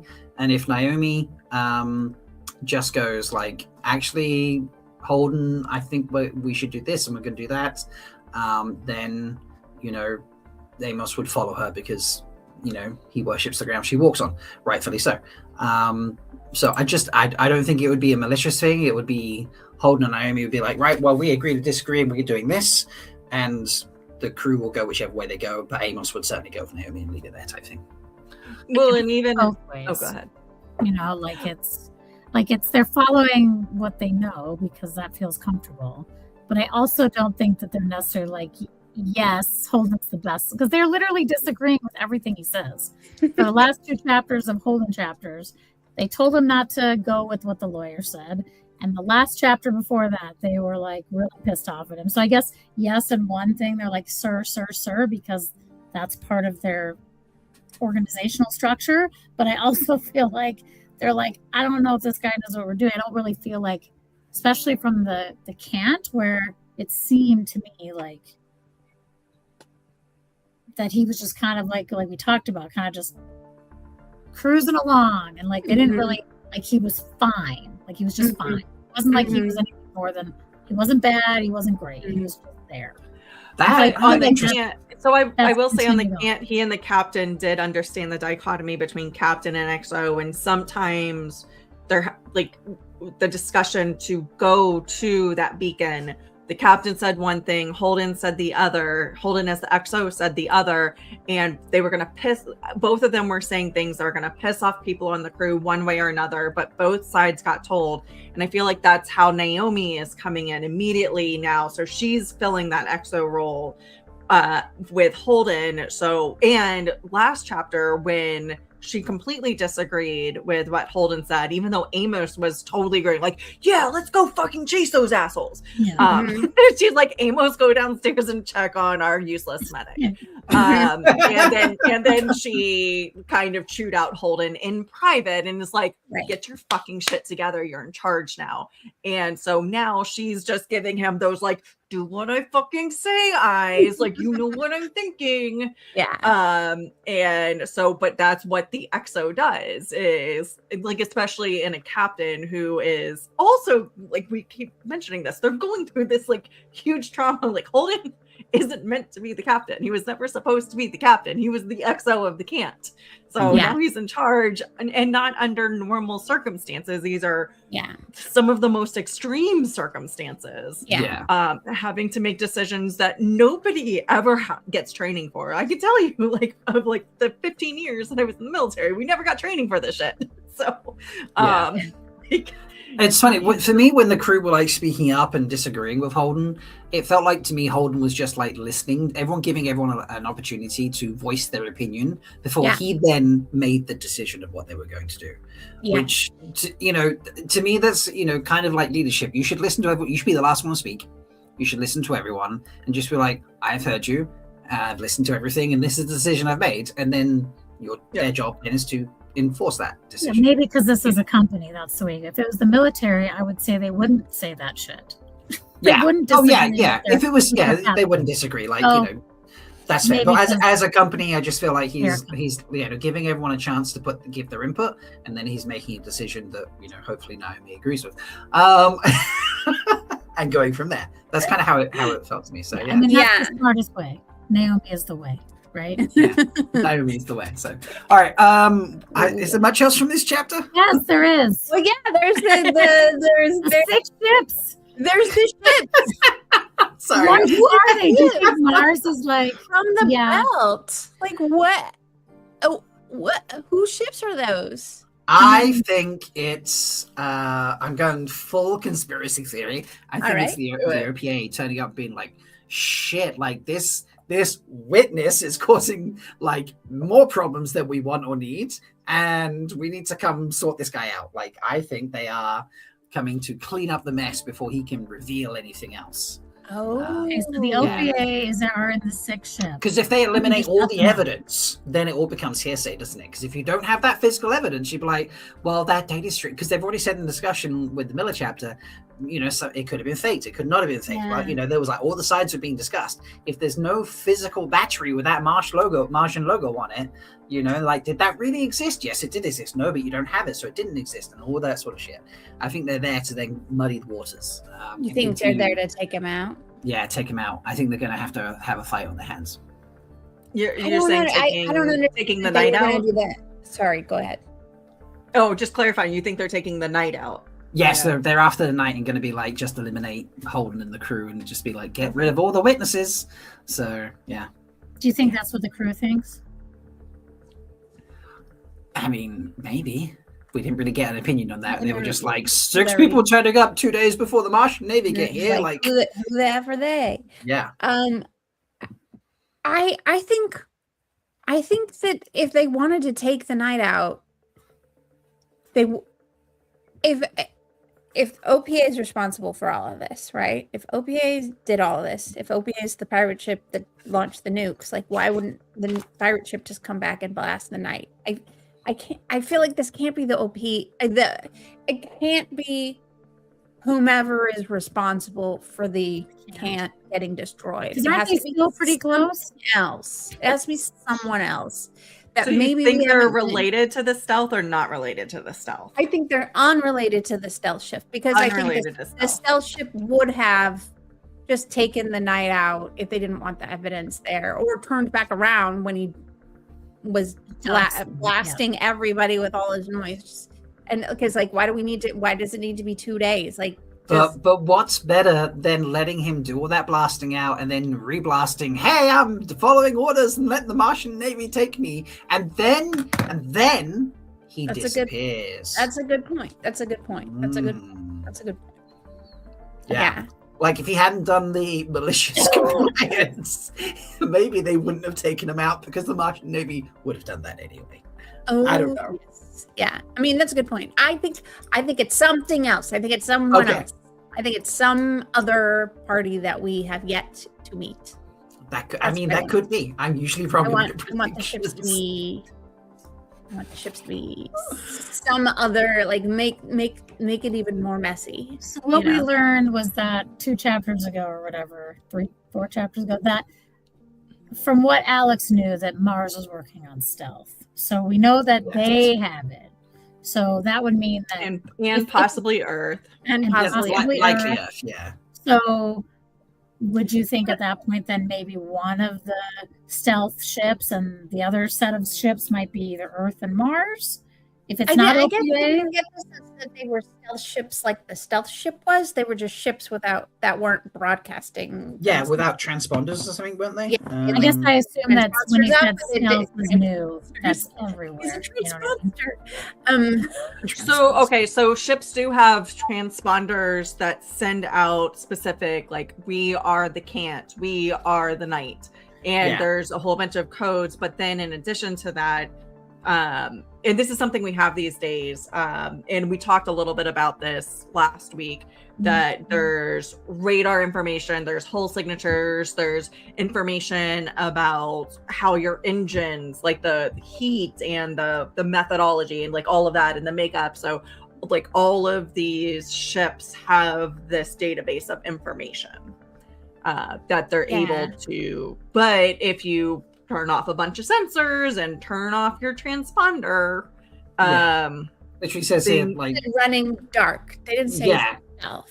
running Fast- dark fast means that context. they don't have any, they're not emitting any of their comms or radar. Okay, so it may not be the same technology as the big ship that. Right. Yeah. Yeah. Okay, all right. It might all be right. the same technology as the big ship, but just mean because the big ship can run dark. So like our aircraft carriers are big ships and they can run dark. So you just Yeah. take down all of your radars and your sensors. So you're not emitting any of that information. Sure. Mm-hmm. So, But yeah, you it says- could be on a sailboat and run dark. Like you could just Like, shut down easy all to of that see. information. But still seeable on yeah. common But you're radar. that's still actually emitting- discovered by super. You're getting skilled- that radar repeat information. So the the radio waves going out bounce off and come back. I really Yeah, you're appreciate basically like turning yourself into a rock. translating. He's translating like for us live- fantasy readers. Basically turning yourself into a rock like Frodo and Sam hiding under the elven cloak. This is Yeah. true, yeah. Yeah, it Thank literally you. says in the chapter they have their fast contacts with no transponder signal. So they just turned off all this stuff that transmits. And so you can get them on, like you say, radar. Transponders. Transponders, yeah. Transponders. And they're Okay. also under heavy burn.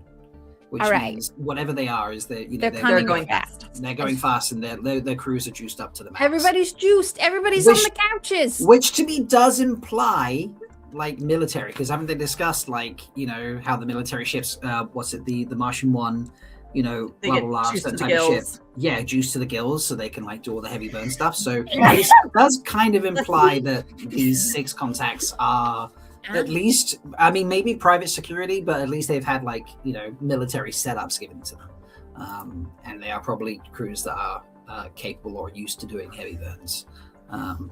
So, because you don't send We'll rookies. find out. We will hope. Well, hopefully, I'm still waiting to find out about Julie that I said by chapter 4 or 5, and here we are doing 7 and 8. Hey, we're talking about Julie. We're in Julie's I know. home. That's a Yes. Miller So went to while Julie's we're home. still talking Enter about the girl. ships, Okay. while we're still talking about the ships, can I show something that I've been promising for a couple of Yes. weeks? Yes. Oh my God! Do we have charts? Do we have charts? We have a chart. Yay! Made it about All chart. right. Ah! So we start at the beginning of the series with the scopuli, which is the scapula there. Oh, for Which those listening, eventually Leigh's just put gets up a picture taken of the over scapula. gets invaded by a pirate ship, and then a couple we're not sure if everybody else is dead or not, but there's dead people there. There's also Placentamon. I just don't have a graphic for Placentamon, so maybe We eventually don't- I'll add that to the show. Graphic for let's. I don't have it, and I haven't cut out the little individual one. So no. Here I come to have your day. Placentamon is on the way. Placentamon. Graphic as requested.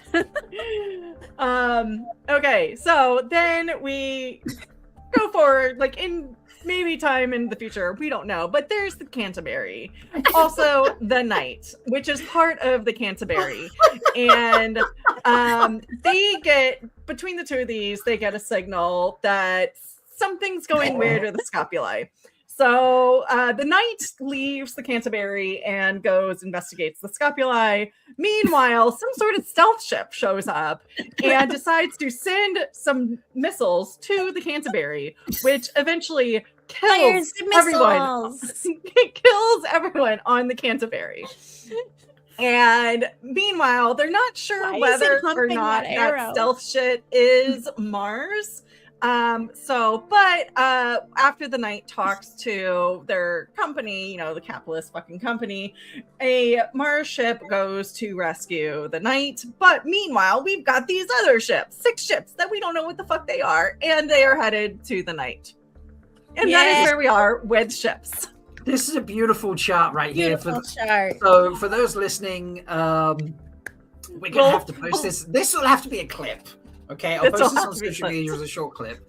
But yeah, this chart is just absolutely beautiful. Why and is the graphics- missile humping the arrow? The missile is humping Maybe the it's arrow, horny. We don't know. yeah. Horny missile. So It's fucking the Cant. They fucked the Cant. So oh, Clearly right. fucking can. Got it. Love they that. literally fucked the Cant. Excellent. So, yeah. Beautiful, Yeah. beautiful set of charts. This is so much clearer. Yes.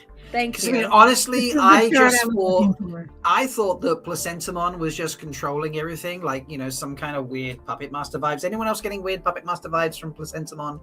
I'm getting sorts of vibes from. Yeah. If Yeah, only well, if only I had a chart to show how he was controlling everybody, it would just be really, really cool to see that. Oh my god!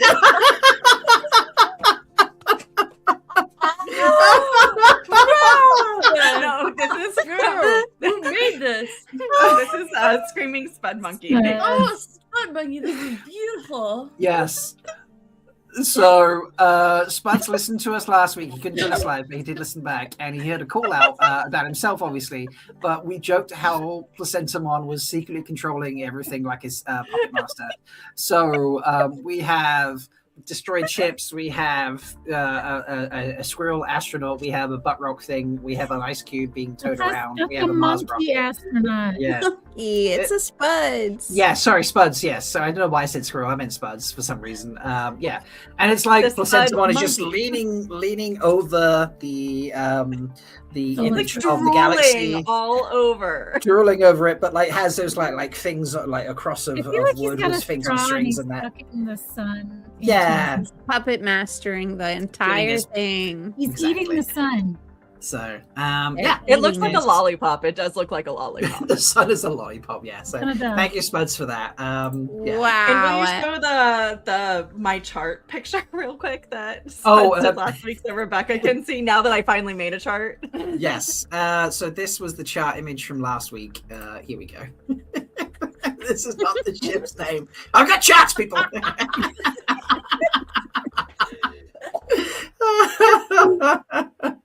now it's accurate. That's And now it's amazing.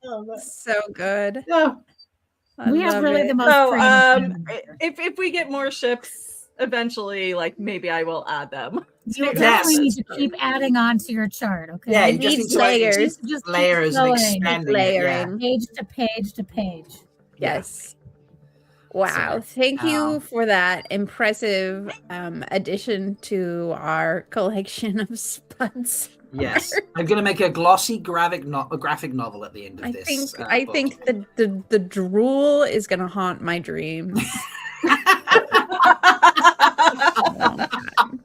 You think that's Derek's rule? Derek's drool. Justice for Derek. Okay, shall we move on to chapter An hour 8, and which is 40 Miller? minutes. We're if we're keeping to our usual time frame, we got 20 minutes to discuss the Miller chapter. We can do it. We can do it. We can do it. We can do it. Okay. I want to kick off. I'm really, and I put this in my notes. The first thing I put in the chapter. I'm fascinated by the analogy that Miller uses in this chapter. That like he is seeing the people on series acting like he sees the a victim's family react when they lose someone. And for me, it's real. It's in theme with him being a cop and that, or for want of a better phrase. And you know, so it fits well with the exposition. But it really gives you. It's a great example of the bond that Belters just kind of feel for each other. Like I absolutely feel like you see two Belters having a fight with each other about something, and like an Earth or a Martian turns up, and they immediately just lock shields together, and they're like, "Fuck you, you're not a Belter" type vibe. Yeah. And it just fits so perfectly and reinforced that bond. And I was just like, I was fast. It was like really, really amazing writing in my book. So yeah. Yeah, that's a good observation. So Yeah, I thought that was really well done as well. And it also reminds you that like all of this started with the trauma of their ice and water and future air like getting destroyed, right? Yeah. So it wasn't just like a ship, it was their potential livelihood and lives and potential human comfort and yeah, all of that. And so they're all walking around knowing that and having just lost their minds about that, because what else can they do, right? They're like they really seem like they don't have any other choice but to just express their, like the Belters don't seem to have the political power to be able to impose even their security is Earth-based. consequences for this happening to, you know, stuff that sustains their lives. So their only choice is to riot. And it just reinforces like what a shitty situation the Belt has been put into. For sure. Agreed. Yeah.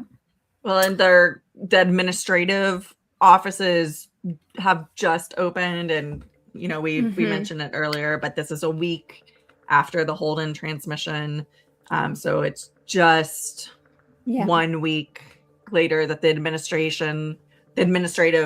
the government essentially is opening up again, and that's so true. I really feel for Havy in this chapter. So He's feeling really not good. Oh, Do you think though he should transfer, or do you think he should stay and try to?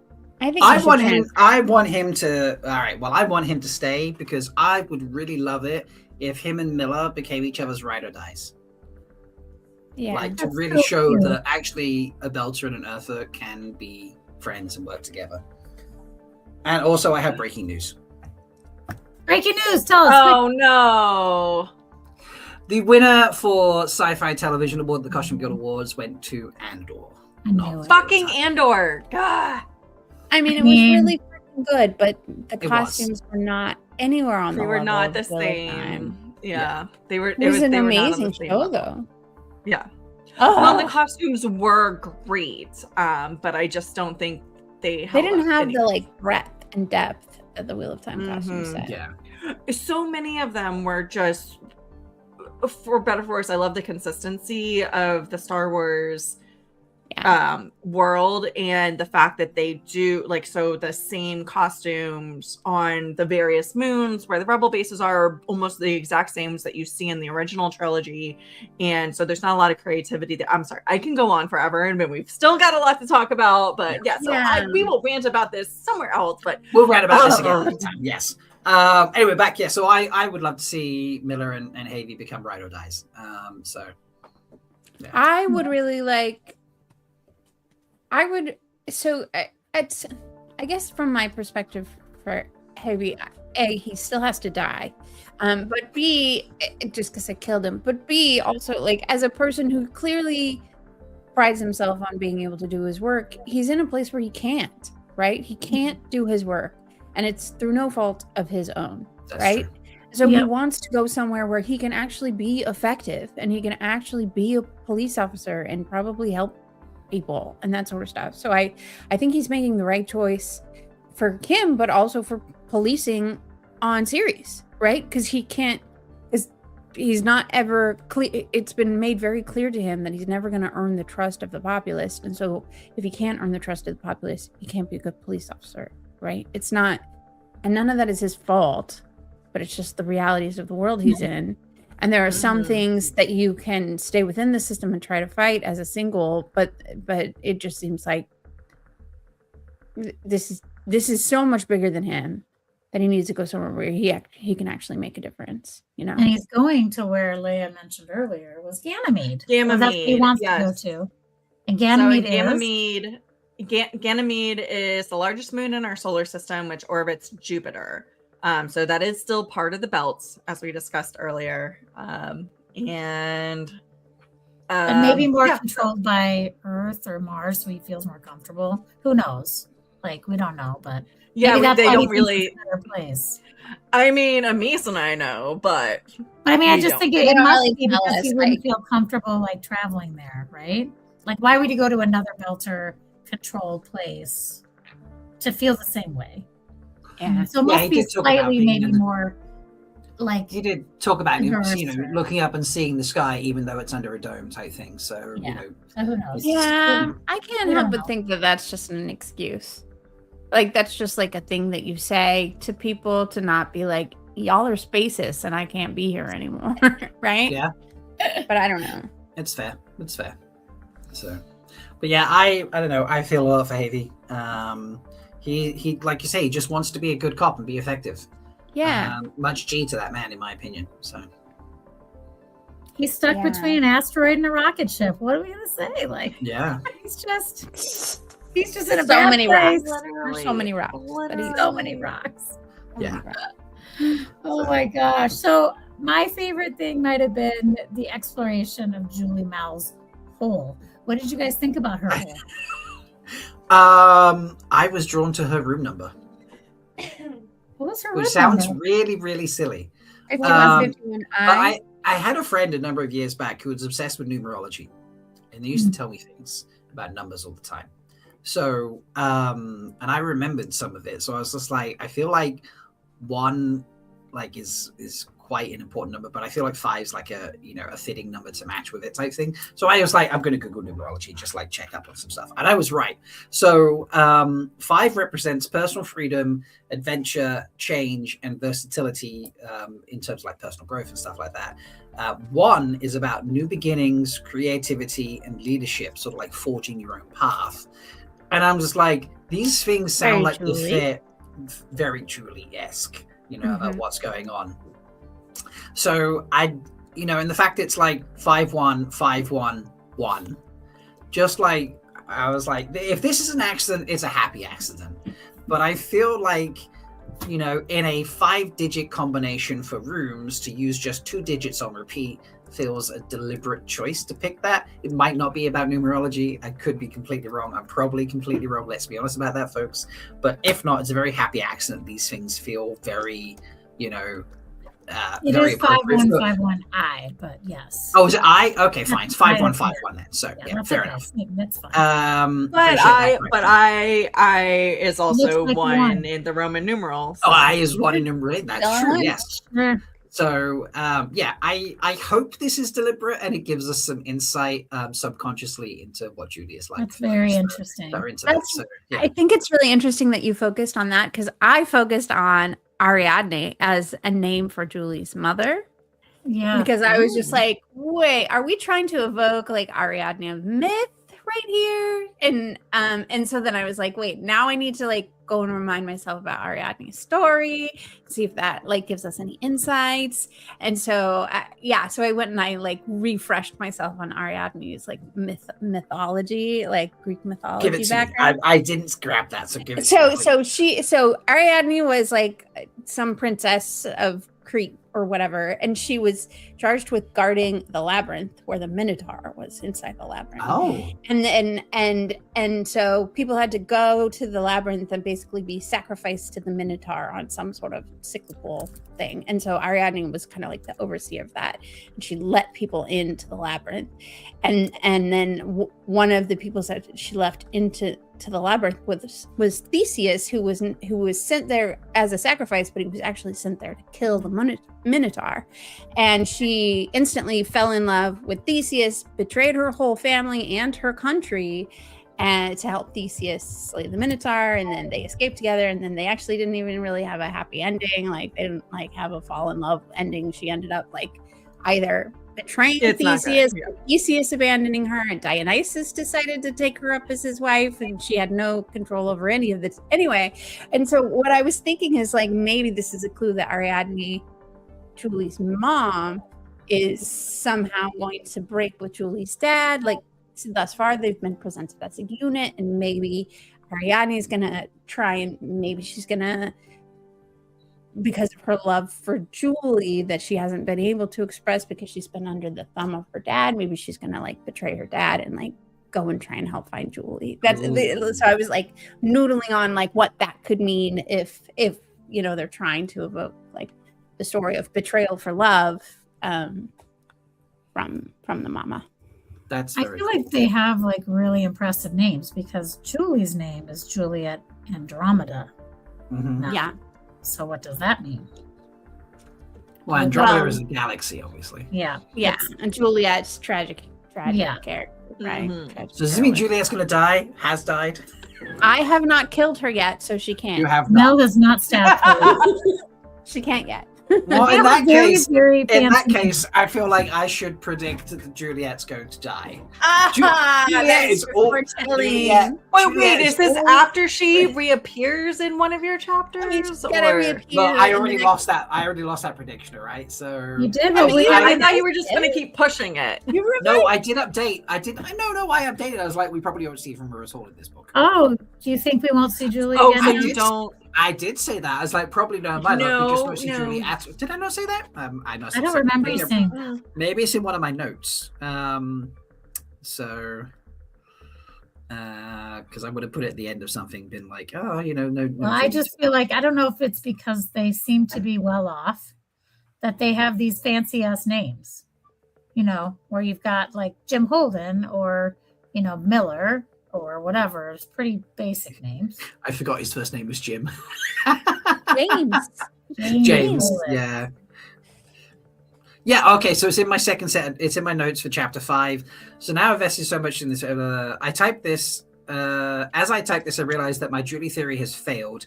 Knowing my luck, we probably won't see her at all in this book. And then credits. Oh, okay. Yeah, so I didn't know if that was an actual prediction change or just... No, it's in my notes, which I'll pop up on screen. Okay, second. So I'm adding it to the updated Rob theory. Rob now. Yeah, so it's actually here. Because eventually I'll create. I don't know if I'm going to create a graphic just because there's so many. Just like this bit here. Like the predictions are too much, but I'll figure out Amis and I will talk and we'll figure out a way to do it. We'll no worries. So obviously I didn't say that. I do apologize, folks. But yeah, I just was just like, You know, she probably won't appear. Maybe she died and we just think she didn't. I don't know. That's not a prediction.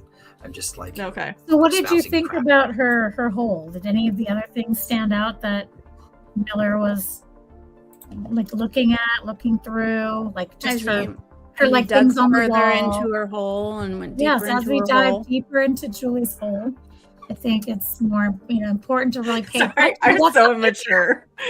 Can we call it her apartment and not her No, hole? because he calls it a No. hole of love. It's her hole. I know, but like my immature brain has completely kicked in, and That's okay. I want your immature brain to kick in. I mean, that is the Okay. point. All right. That is Yes. the point. You figured me out, Leigh-A. No, I wasn't very sneaky about that. There's confidence in some of her simplicity. So like having the brown belt and then 2 years later the purple belt, or the other way around, which way I forget which way it goes. Is it brown then purple? Purple Just then brown. Mel, you tell us. It depends No. on the discipline. So I don't necessarily So know. whichever way it was in the book, it was 2 years between the two. It was purple then brown, I Um, think, for Julie. Yeah. I Right, think which so, yeah. obviously then reinforces that he says like, "Oh, it's a tough school type thing." And black so would credit be black. the next one if she. Black would be the next, but She she has a left a space. She left a space. It's kind of So sad. there's, It like, made me sad. confidence in her abilities that she's going to need that space. That she's not going to stop at whatever belt it was she ended on there in the He's last gonna photo. keep trying. And like Miller's a little bit kind of like, he's impressed with the Spartan nature, but like it's not Spartan in the case of I have nothing. It's Spartan in the case of like I don't need to showboat my apartment type thing. Mhm. Just, It's like, also just a tiny hole. It's not like Yeah. fancy. Like she's her rich. hole is She could have a so really little. big It's like tight. big hole, but Yeah. she has just a small. Like there's barely elbow room in her hole. yeah. Like Miller fits in comfortably, it seems, but it's not somewhere that he wants to be in that often. I feel like, Which is very surprising. yes. I You feel would like think he would want to be in that little Yeah. hole a lot more. But as he says, a first impression is usually more important than Yes. a finer inspection. So yeah. Yeah. Which actually that gives me. Has anyone watched Altered Carbon? If you haven't, I do apologize. Yeah. But it gives me like Envoy vibes about how Miller examines everything. It's not the first time he's been like this, where he's like a first impression, or he just kind of absorbs the environment type thing. And there is a technical phrase like people who don't rush tasks or like wait until the last second, but don't feel stressed about waiting until the last second for a task. Like their brain is working on the task in the background, and then they get to that last moment. It's like, okay, bam, punch it out type thing.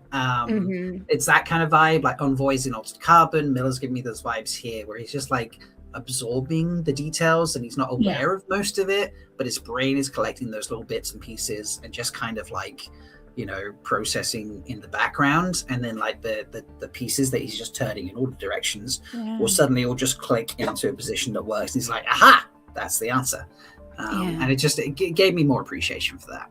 So Well, and it's just a little bit more about how his analytical brain works. So we've seen like little bits of it in the vast majority of his chapters up to this point about him doing some sort of brain switch based off of whatever task he's doing or situation that he's getting into.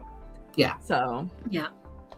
I love that, from the beginning, both Miller and Julie, like his view of her and maybe our view of her, and then our view of Miller, and now our view of Miller now. I feel like within 4 Miller chapters, like everything's kind of just like, don't judge a book by its cover, right? Like, yeah, we're learning a lot each chapter. Like these are really doesn't think she's so much a stupid rich girl anymore, right? Like, yeah. It's Like like the Holden chapters are.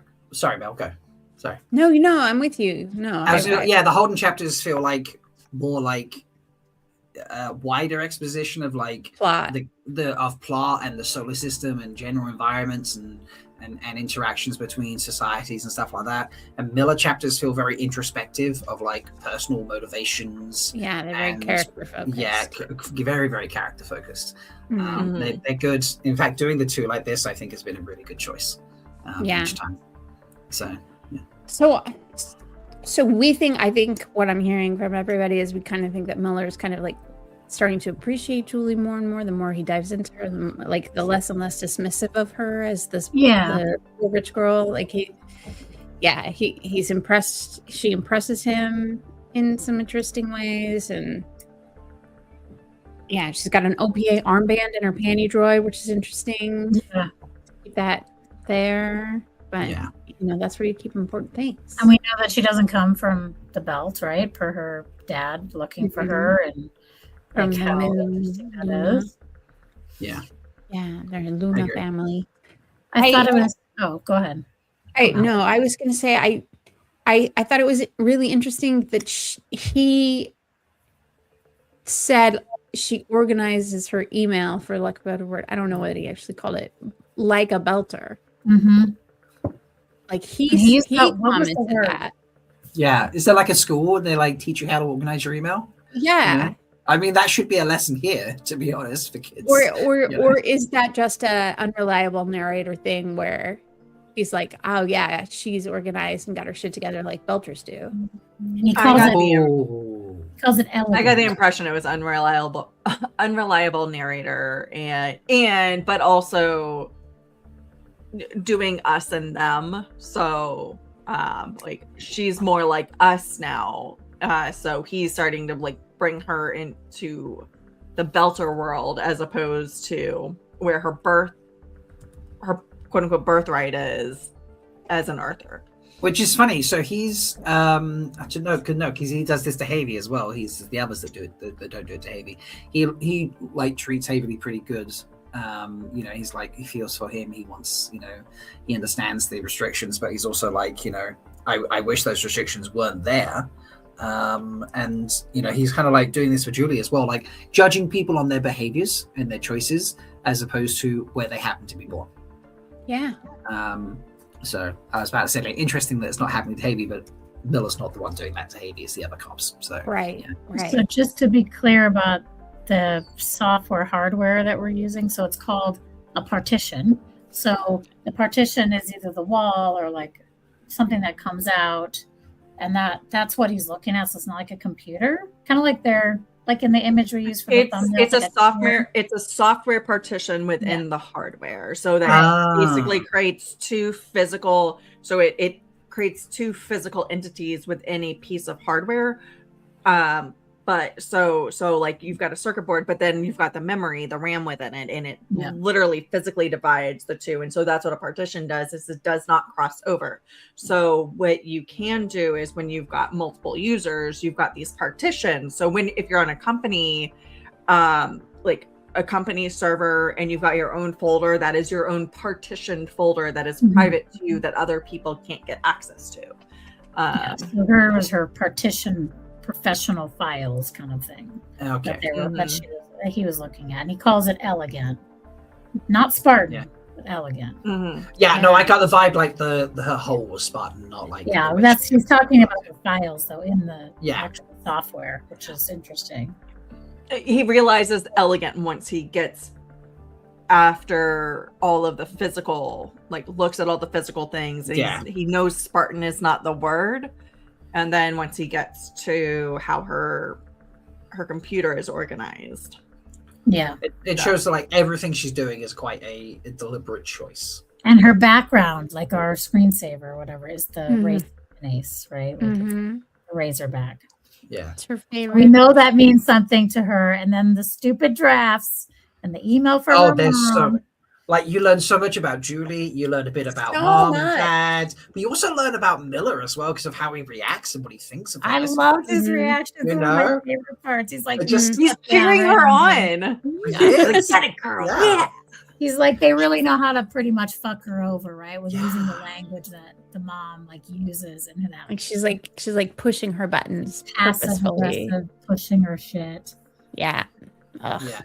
We know all that. LBF is right. She proofreads her emails. That's phenomenal, even in this day and age. Like, yeah, seriously. When I send it, and also doesn't press send. I actually thought that was pretty normal. Like, I can't tell you how many times I've written one email this week, 3 times, and I still haven't sent it because each one of them, I'm like, no, I'm too angry in that one. Yep. I write an email and then I wait until the next day to send it. If I'm sure. Yeah, definitely. Yeah. Should do that more. Yes. Yep. I think you want to hear some fun facts about the Razorback? Please. Unless they This spoil is not things. like spoilers, but Okay, in cool. other translations of the book, they changed the name of the ship of her racing pinnace. So in Hungarian, they call it the Megatron, and in Spanish, Cool. they call it the Habali. No, Transformer. It It is. is Yeah. Transformer. In Polish, they call it Finwall, and in Portuguese, they call it Porco Selvagem. Selvahem. I'm not sure how to pronounce it. Oh. But anyway, but it said something in the Wikipedia, like the Expanse Wiki, that they had found more words that were, I don't know, more exciting for certain countries. So they changed the name of the Razorback to make. Interesting. Anyway, that's not a spoiler. It's just interesting Yeah, no. facts about They translation. would change it to make it more engaging to people as a name. So I feel like the Razorback's going to make an appearance, right? I don't know how you feel about that, Mel. I mean, it sounds like they're going to sell it. It does sound like they're going to sell it, but I don't know. I feel like it's been mentioned a few times, you know, and like once mentioning, cool, that's a bit of history, a bit of exposition about a character. Now we're reading a specific discussion about it being sold, you know, like, yes, it is showing exposition of, you know, parent guilt and how children react to it and such. I very much empathize with how I would react to those emails if I were, you know, in Julie's position. But I don't know. I feel like it's been mentioned enough that you know, it's her screensaver, it's in the emails, it's in her history.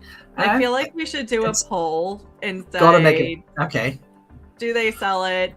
But so yes, no, and then no comment. So people who know press Okay. no comments, so we don't skew the results. That's Do a good idea. they sell the Razorback?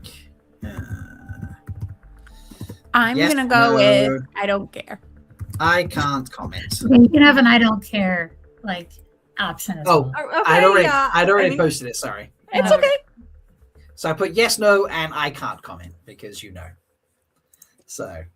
So now, Mel, you have to have an opinion. I did click a button. I clicked the no button, but this is not a There's thing that I only- care about. There's only 2 people who have voted so far who don't know. Everyone else, it's like 78% check up spoilers. Well, that's interesting because that kind of tells me that they actually, like, people actually know the answer.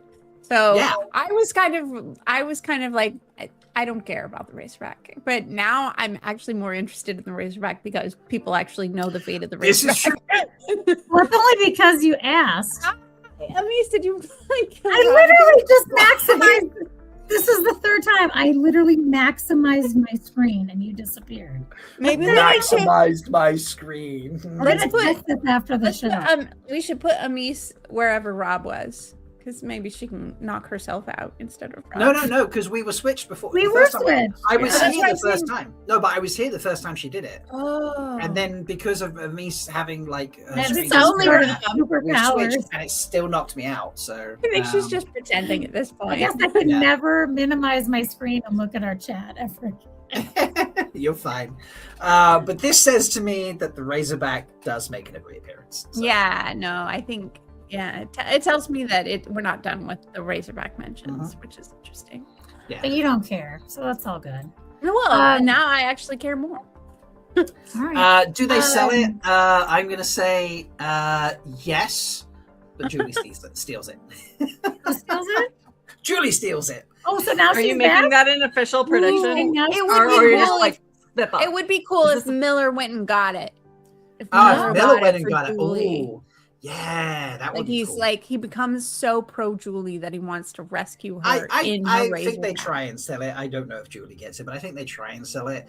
And either it gets sold to someone who's involved in the story, such as like, you know, like imagine if Holden accidentally grabbed it in the sale just because they Oh, that'd be shipped. funny. That'd be fucking hilarious. Yeah. So you know, He's some not a pilot. That'd be terrible. no, but he could buy it for the crew type thing, so they can Oh, fly. we But buy you it. know, Yeah, maybe. yeah. I mean, he probably doesn't have money to buy it. I don't know how much it's worth, but I feel like it will either come back to our characters in some quirky, weird way, like Holden gets it in an auction or something like that, or you know, it just doesn't. You know, they try and sell it and someone steals it instead. Type thing, like Julie steals it or Miller steals it or whatever. Like it will come back to our characters in a quirky way. That's the prediction. Well, if it does, So- I'll be excited because who doesn't love ships? Ships. Okay, before we end, I have a couple more things, but is there anything else that you wanted to say about this chapter? I like the ending where it's just like, mom's saying shit's gonna go down, the big dun dun dun moment sort of thing. It's just more evidence that everything's a setup with what's going on with the cans. Mm-hmm. And I like the line from Holden have been like, he does take time to flip back for a second to be like, who profits from this type of situation? Like he's thinking that question. And, of course, in this moment of the Chow family knowing that something's going to happen, you think, well, maybe it's them. But, maybe they just have contracts that make them rich if there's war going on or something like that. Maybe they have military contracts or like weapon contracting. Well, I mean, I think from what you said earlier, Placentamon obviously profits from. Placentamon is the profiteer. Yes. And the Chow family, Mal family, I keep saying Chow, the Mal family, sorry, are just so they're front-facing corporate profiteer, the nice visuals. So do you think that? So I guess go ahead, Mel. I asked the question. I'll my other question. I said, what did you think of the chapter? Anything other last thoughts before? It makes me think that the corporates are involved in all of that for sure. That like the corporates have some sort of hand. It's the military industrial complex, man. Yeah, man. That was really my question. Like what do you think is going to happen? What is the big deal? Is it just like the economy is going to crash because the corporations know something bad's happening? It's like the stock market crashing. What do you think the corporations know? Like, what do you think they're predicting is going to happen? Warmongering, war profiteering. Yeah, they're making money off the corporations that make everything that the navies need got in bed with the OPA and were like, if we start a war, the OPA get the Belters and everything and their own freedom, their own sovereignty, all that sort of stuff, and get to kick out Earth and Mars, and the corporations get rich, weaponizing. So do you think Julie Mao's dad, Jules Mao, do you think his company is partnering with the OPA and supplying them with the ships and the guns? Maybe not, like being the lead contact, but they definitely know that they're in some kind of. The corporations are, do talk to you. Well, we make the ships and we make the bombs and we make the shuttles and we make this and we make that sort of thing. Maybe just through business as usual. Yeah, like some that, like I said, they're weak. Like there's some overruling force type thing. The guy at the top is just like, well, if you have. If you kick off this war that is actually, not Mars. Derek is the guy at top. Sorry, Derek's the guy at top, yeah. And then you guys will make loads of money from this type thing, so you should let it happen. You should let these criminals this so they could do that and make it look like it's Mars instead of the OPA, and, So, Leia's face is brilliant right now. So I'm not going to sit there and say that Julie's dad, what was his name again? Jules. I'm not going to say that Jules Mal is there being like Jules Pierre. I'm not going to sit there and say like Jules is sitting there. Pierre's doing the whole like Mr. Burns, fingertip thing. But he's at least aware that there is a situation in the goes that's going to make his corporation rich. Okay. What about you, Mel? What do you? Yeah, no, I agree completely. You agree completely. Okay. Yeah. Okay, so we have one last question from Overseers. Okay. I know you put. I believe this person is he on the airlock list? All Overseers wants to know now that Havelock's leaving. Does he leave by ship or by airlock? Yeah, Havelock is on. Mel, you go first because he's on your list. He's on my list. Oh, he's on. Okay, this is how Havelock meets his maker. He's on his way to Ganymede, which we learned is a moon of Jupiter, correct? Yes.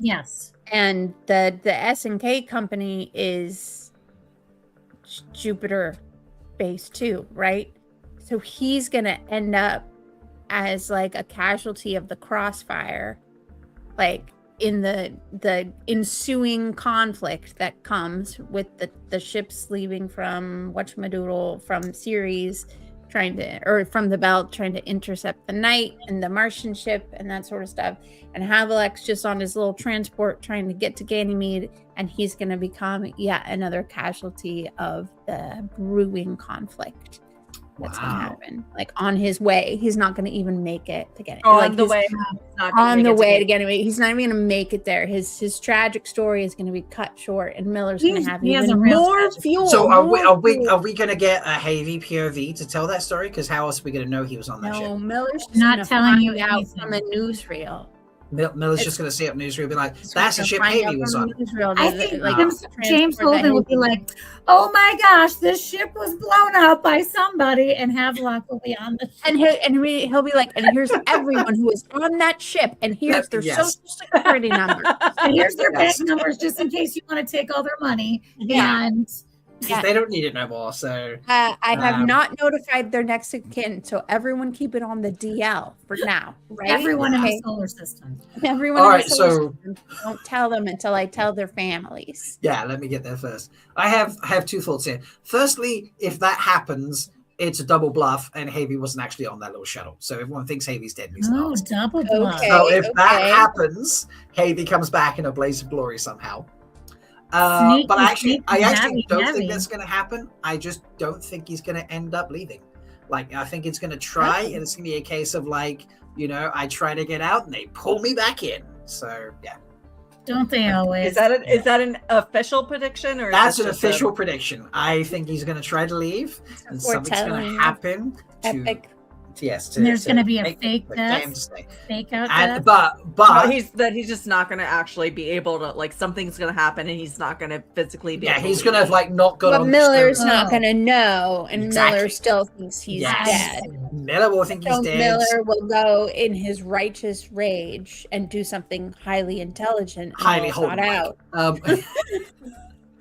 Yeah. So, like, if he dies on the shuttle, it'll be only Miller and the others thinking he died in the shuttle. We will know he wasn't on the shuttle. But what I actually think is going to happen is he'll try to leave and get pulled back in instead and doesn't leave. So I'm going to have to get somebody to do the narration of this story that you guys are writing. So good. And we'll tell it when we do the graphic novel at the end of the book. Okay, that sounds like a plan. We'll do it with the glossy book. I'll do there'll be a companion narration that you could read with it. So, yeah. Any last thoughts before we do the IO quick questions? I didn't have anything else. So no, my brain is done. Yes. So there are other things in my notes, but they're small things that like just not worth mentioning. I think they're just I was spouting my train of thoughts as I was typing. So from chapter 7, I love that Amos at the beginning had the gun in front of him while Golden was like savoring calf for like there was an extended amount of time. Oh yeah, the half G cup of coffee. Yeah, that was cool. Yeah. But also I like that after such two dynamic chapters that we had last week where it was a little like, what the fuck is going to happen? We had these two chapters that slowed the pace down. Take a breath moments. Yeah. Like still move the story forward in a very tantalizing way, but there was very little action that happened in these. Like Miller wrote reports and did a minor investigation. Investigated a hole. Deep dive. She investigated Joel's hole. Played around with Judy's hole, checked out all the little nooks and drank your beer. We didn't even really mention that. Doing. I'm so glad he drank the beer. He got some good liquid refreshment at Julie's hole. You deserve that. Yes. Go on. I'm so distracted right now. And then in the Holden chapter, like Holden drank coffee, went to sleep, had nightmares, woke up, listened to a lawyer's report, and sent out a message. And that was it. So, like, action-wise, that is physically what happened. But they were I thought we would be done like 45 minutes ago, honestly. But here we are. Yeah, but they were such engaging chapters that that like I think I pulled bogarted you us in. with like discussion about the broadcast. To be honest, I think we spent about 20 minutes on that. That's totally my fault. So. Expanse. Yeah, Not and right. also we didn't get going till like I think we did a full 30 minutes of like We intro news did. before we actually got to the book. So, There yeah. was news. We There had was to do news. Yeah. So much news. But yes, Okay. let's get to the IEL questions. I like this. Yeah. So. Okay, what is sorry. the Unless most... Amish, you had anything about these chapters? Nope, I'm good. I sure? just shove it in there as we talk. Okay, cool. Right up in those holes. Get it in those holes. Yeah. Yeah. So. What is the most IO moment in the chapter? Chapters, I should Most say. IEL moment. You can choose each chapter, like it's up to you, or you could choose one for both. We don't I have don't no know. stinking rules. I don't think there was a big IEL moment really. There was some IEL like ish things, but nothing really jumped out at me. I think. Yeah, for me, it was just Naomi and her eyeballs. Yeah, that kind Stare of almost, down, Holden. for me that kind of fits into like the stabby moment. So Yeah. rather than like the IEL moment. The stabbiest moment can be the most IO moment, and her eyeballs are stabby. Yeah, Stabby. that's true. Yeah. Okay. So yeah. I would agree with all of that. Yeah. Yeah. Okay then. Who is Stabby the eyeballs. token Wetlander? Always For those that couldn't quite hear that, Mel tried It to might have been whisper. Shed. All that Always bitch hold. Was it Shed? I Was feel it like Shed? Shed. I mean, I feel we were a bit mean. I on know. Shed. Shed does not even get an honorary tokenness. He does not even merit Whoa. characterization Whoa. because can't he believe has I'm gonna not done fight. enough for me to even understand. I can't, no, what no, no, his no, motivations no, are. No. I can't believe I'm gonna fight for Shed to He be the token slept. Wetlander. That what? Shed is the token Wetlander. He slept and he said, "What are we gonna do?" That's what he did. That was his entire thing. Wow. That's all he Yeah, did. you had a entire like 20-minute diatribe about Shed. Yes. Next question. True.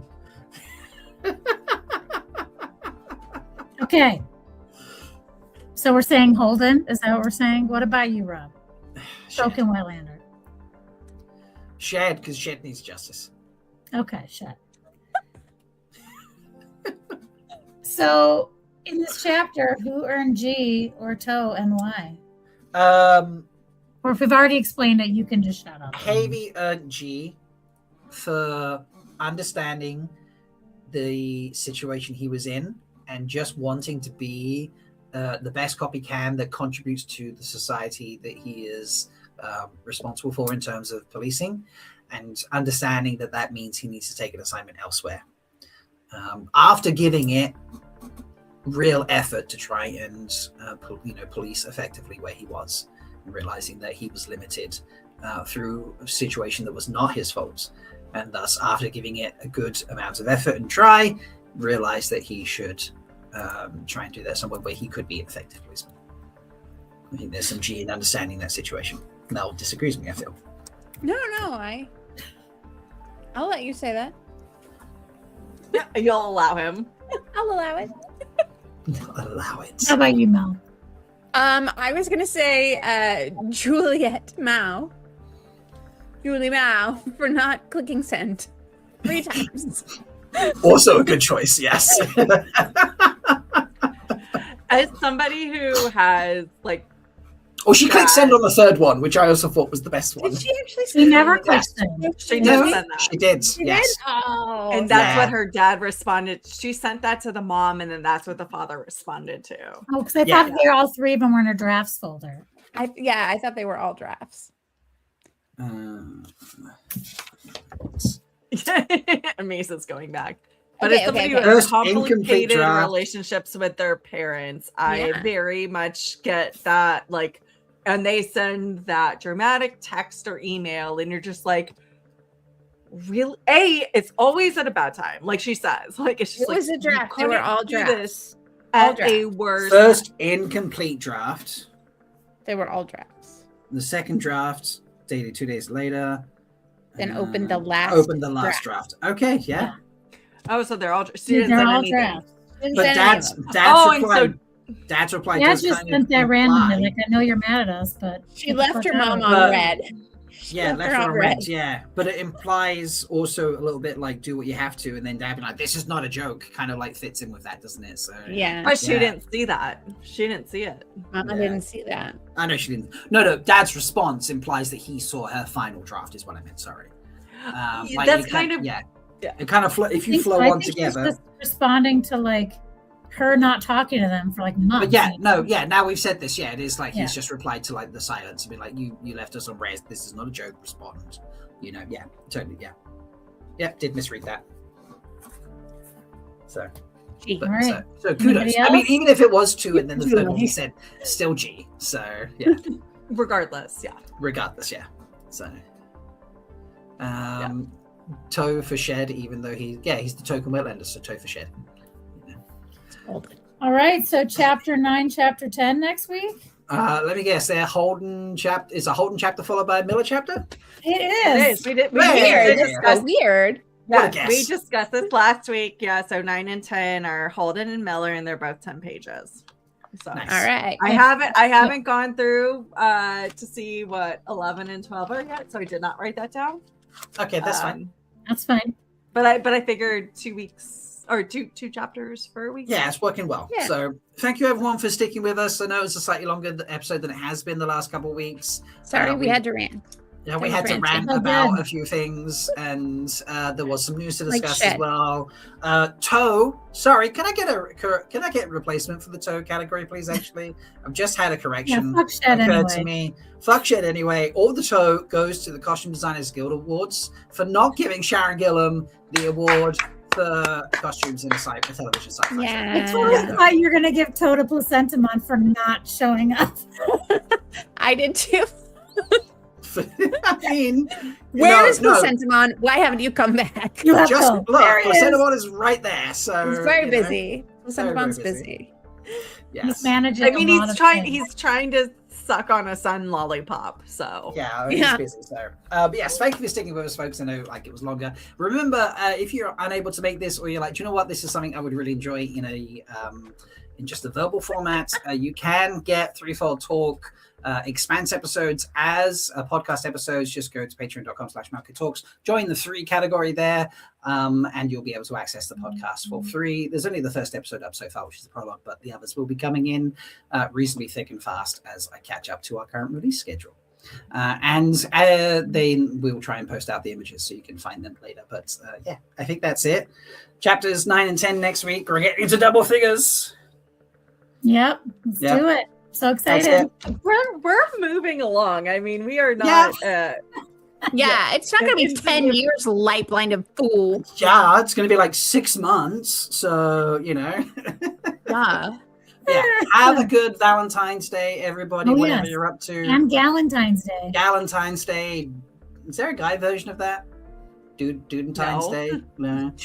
Guyentine's Times. Day? A Guyentine's I mean, Day? I do feel like guys should be encouraged to go hang out with their Agree. bro friends. Yeah. If Bro and Times? No, if- don't bro and tie And it. Rand is actually having, and his friend's mom called it this, a bro Valentine's party. Like I love one of that. his friend's moms was like, hey, my friend wants to invite Kid Rand to come for I bro love Valentine's that. on Saturday. And I was like, love it. Let's do it. Say hello to the people you love every day of the year, but also on Valentine's Day. It doesn't have to Yeah. be with your romantic other. So, yeah. Love to you all. Join us next week. Check out the socials because we like to post clips. And I think that's about it. So, yeah. Until then, what are they commenting about afterwards? What? They need to comment on the YouTube video. What they're going to comment. Oh, what are they? Who's going to be shot out the airlock next, maybe? Or yeah, I mean that's low hanging fruit. that is. That is What's low-hanging your fruit. favorite Oh, guilt? well, actually, let's do. So if you haven't read the book, speculation on the torture aspect, like the jailing torture aspect. Oh, Um, yeah. Tell us about the 6 ships and the Martian Navy ship. Like, who's going to get there? What's going to happen? And if you have read the books, What chart should Leigh-A make next? Yes. What chart should Leigh-A make next? Yeah.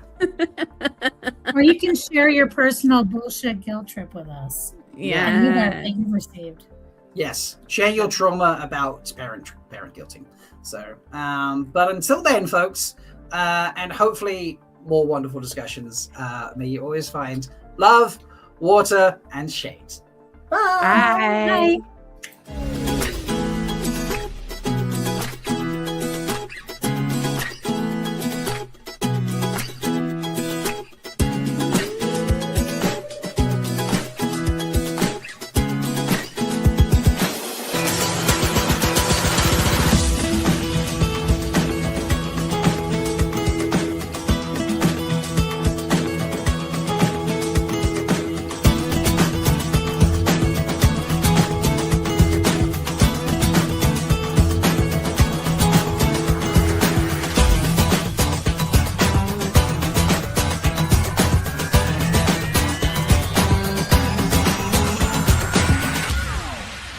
May you always find love, water, and shade.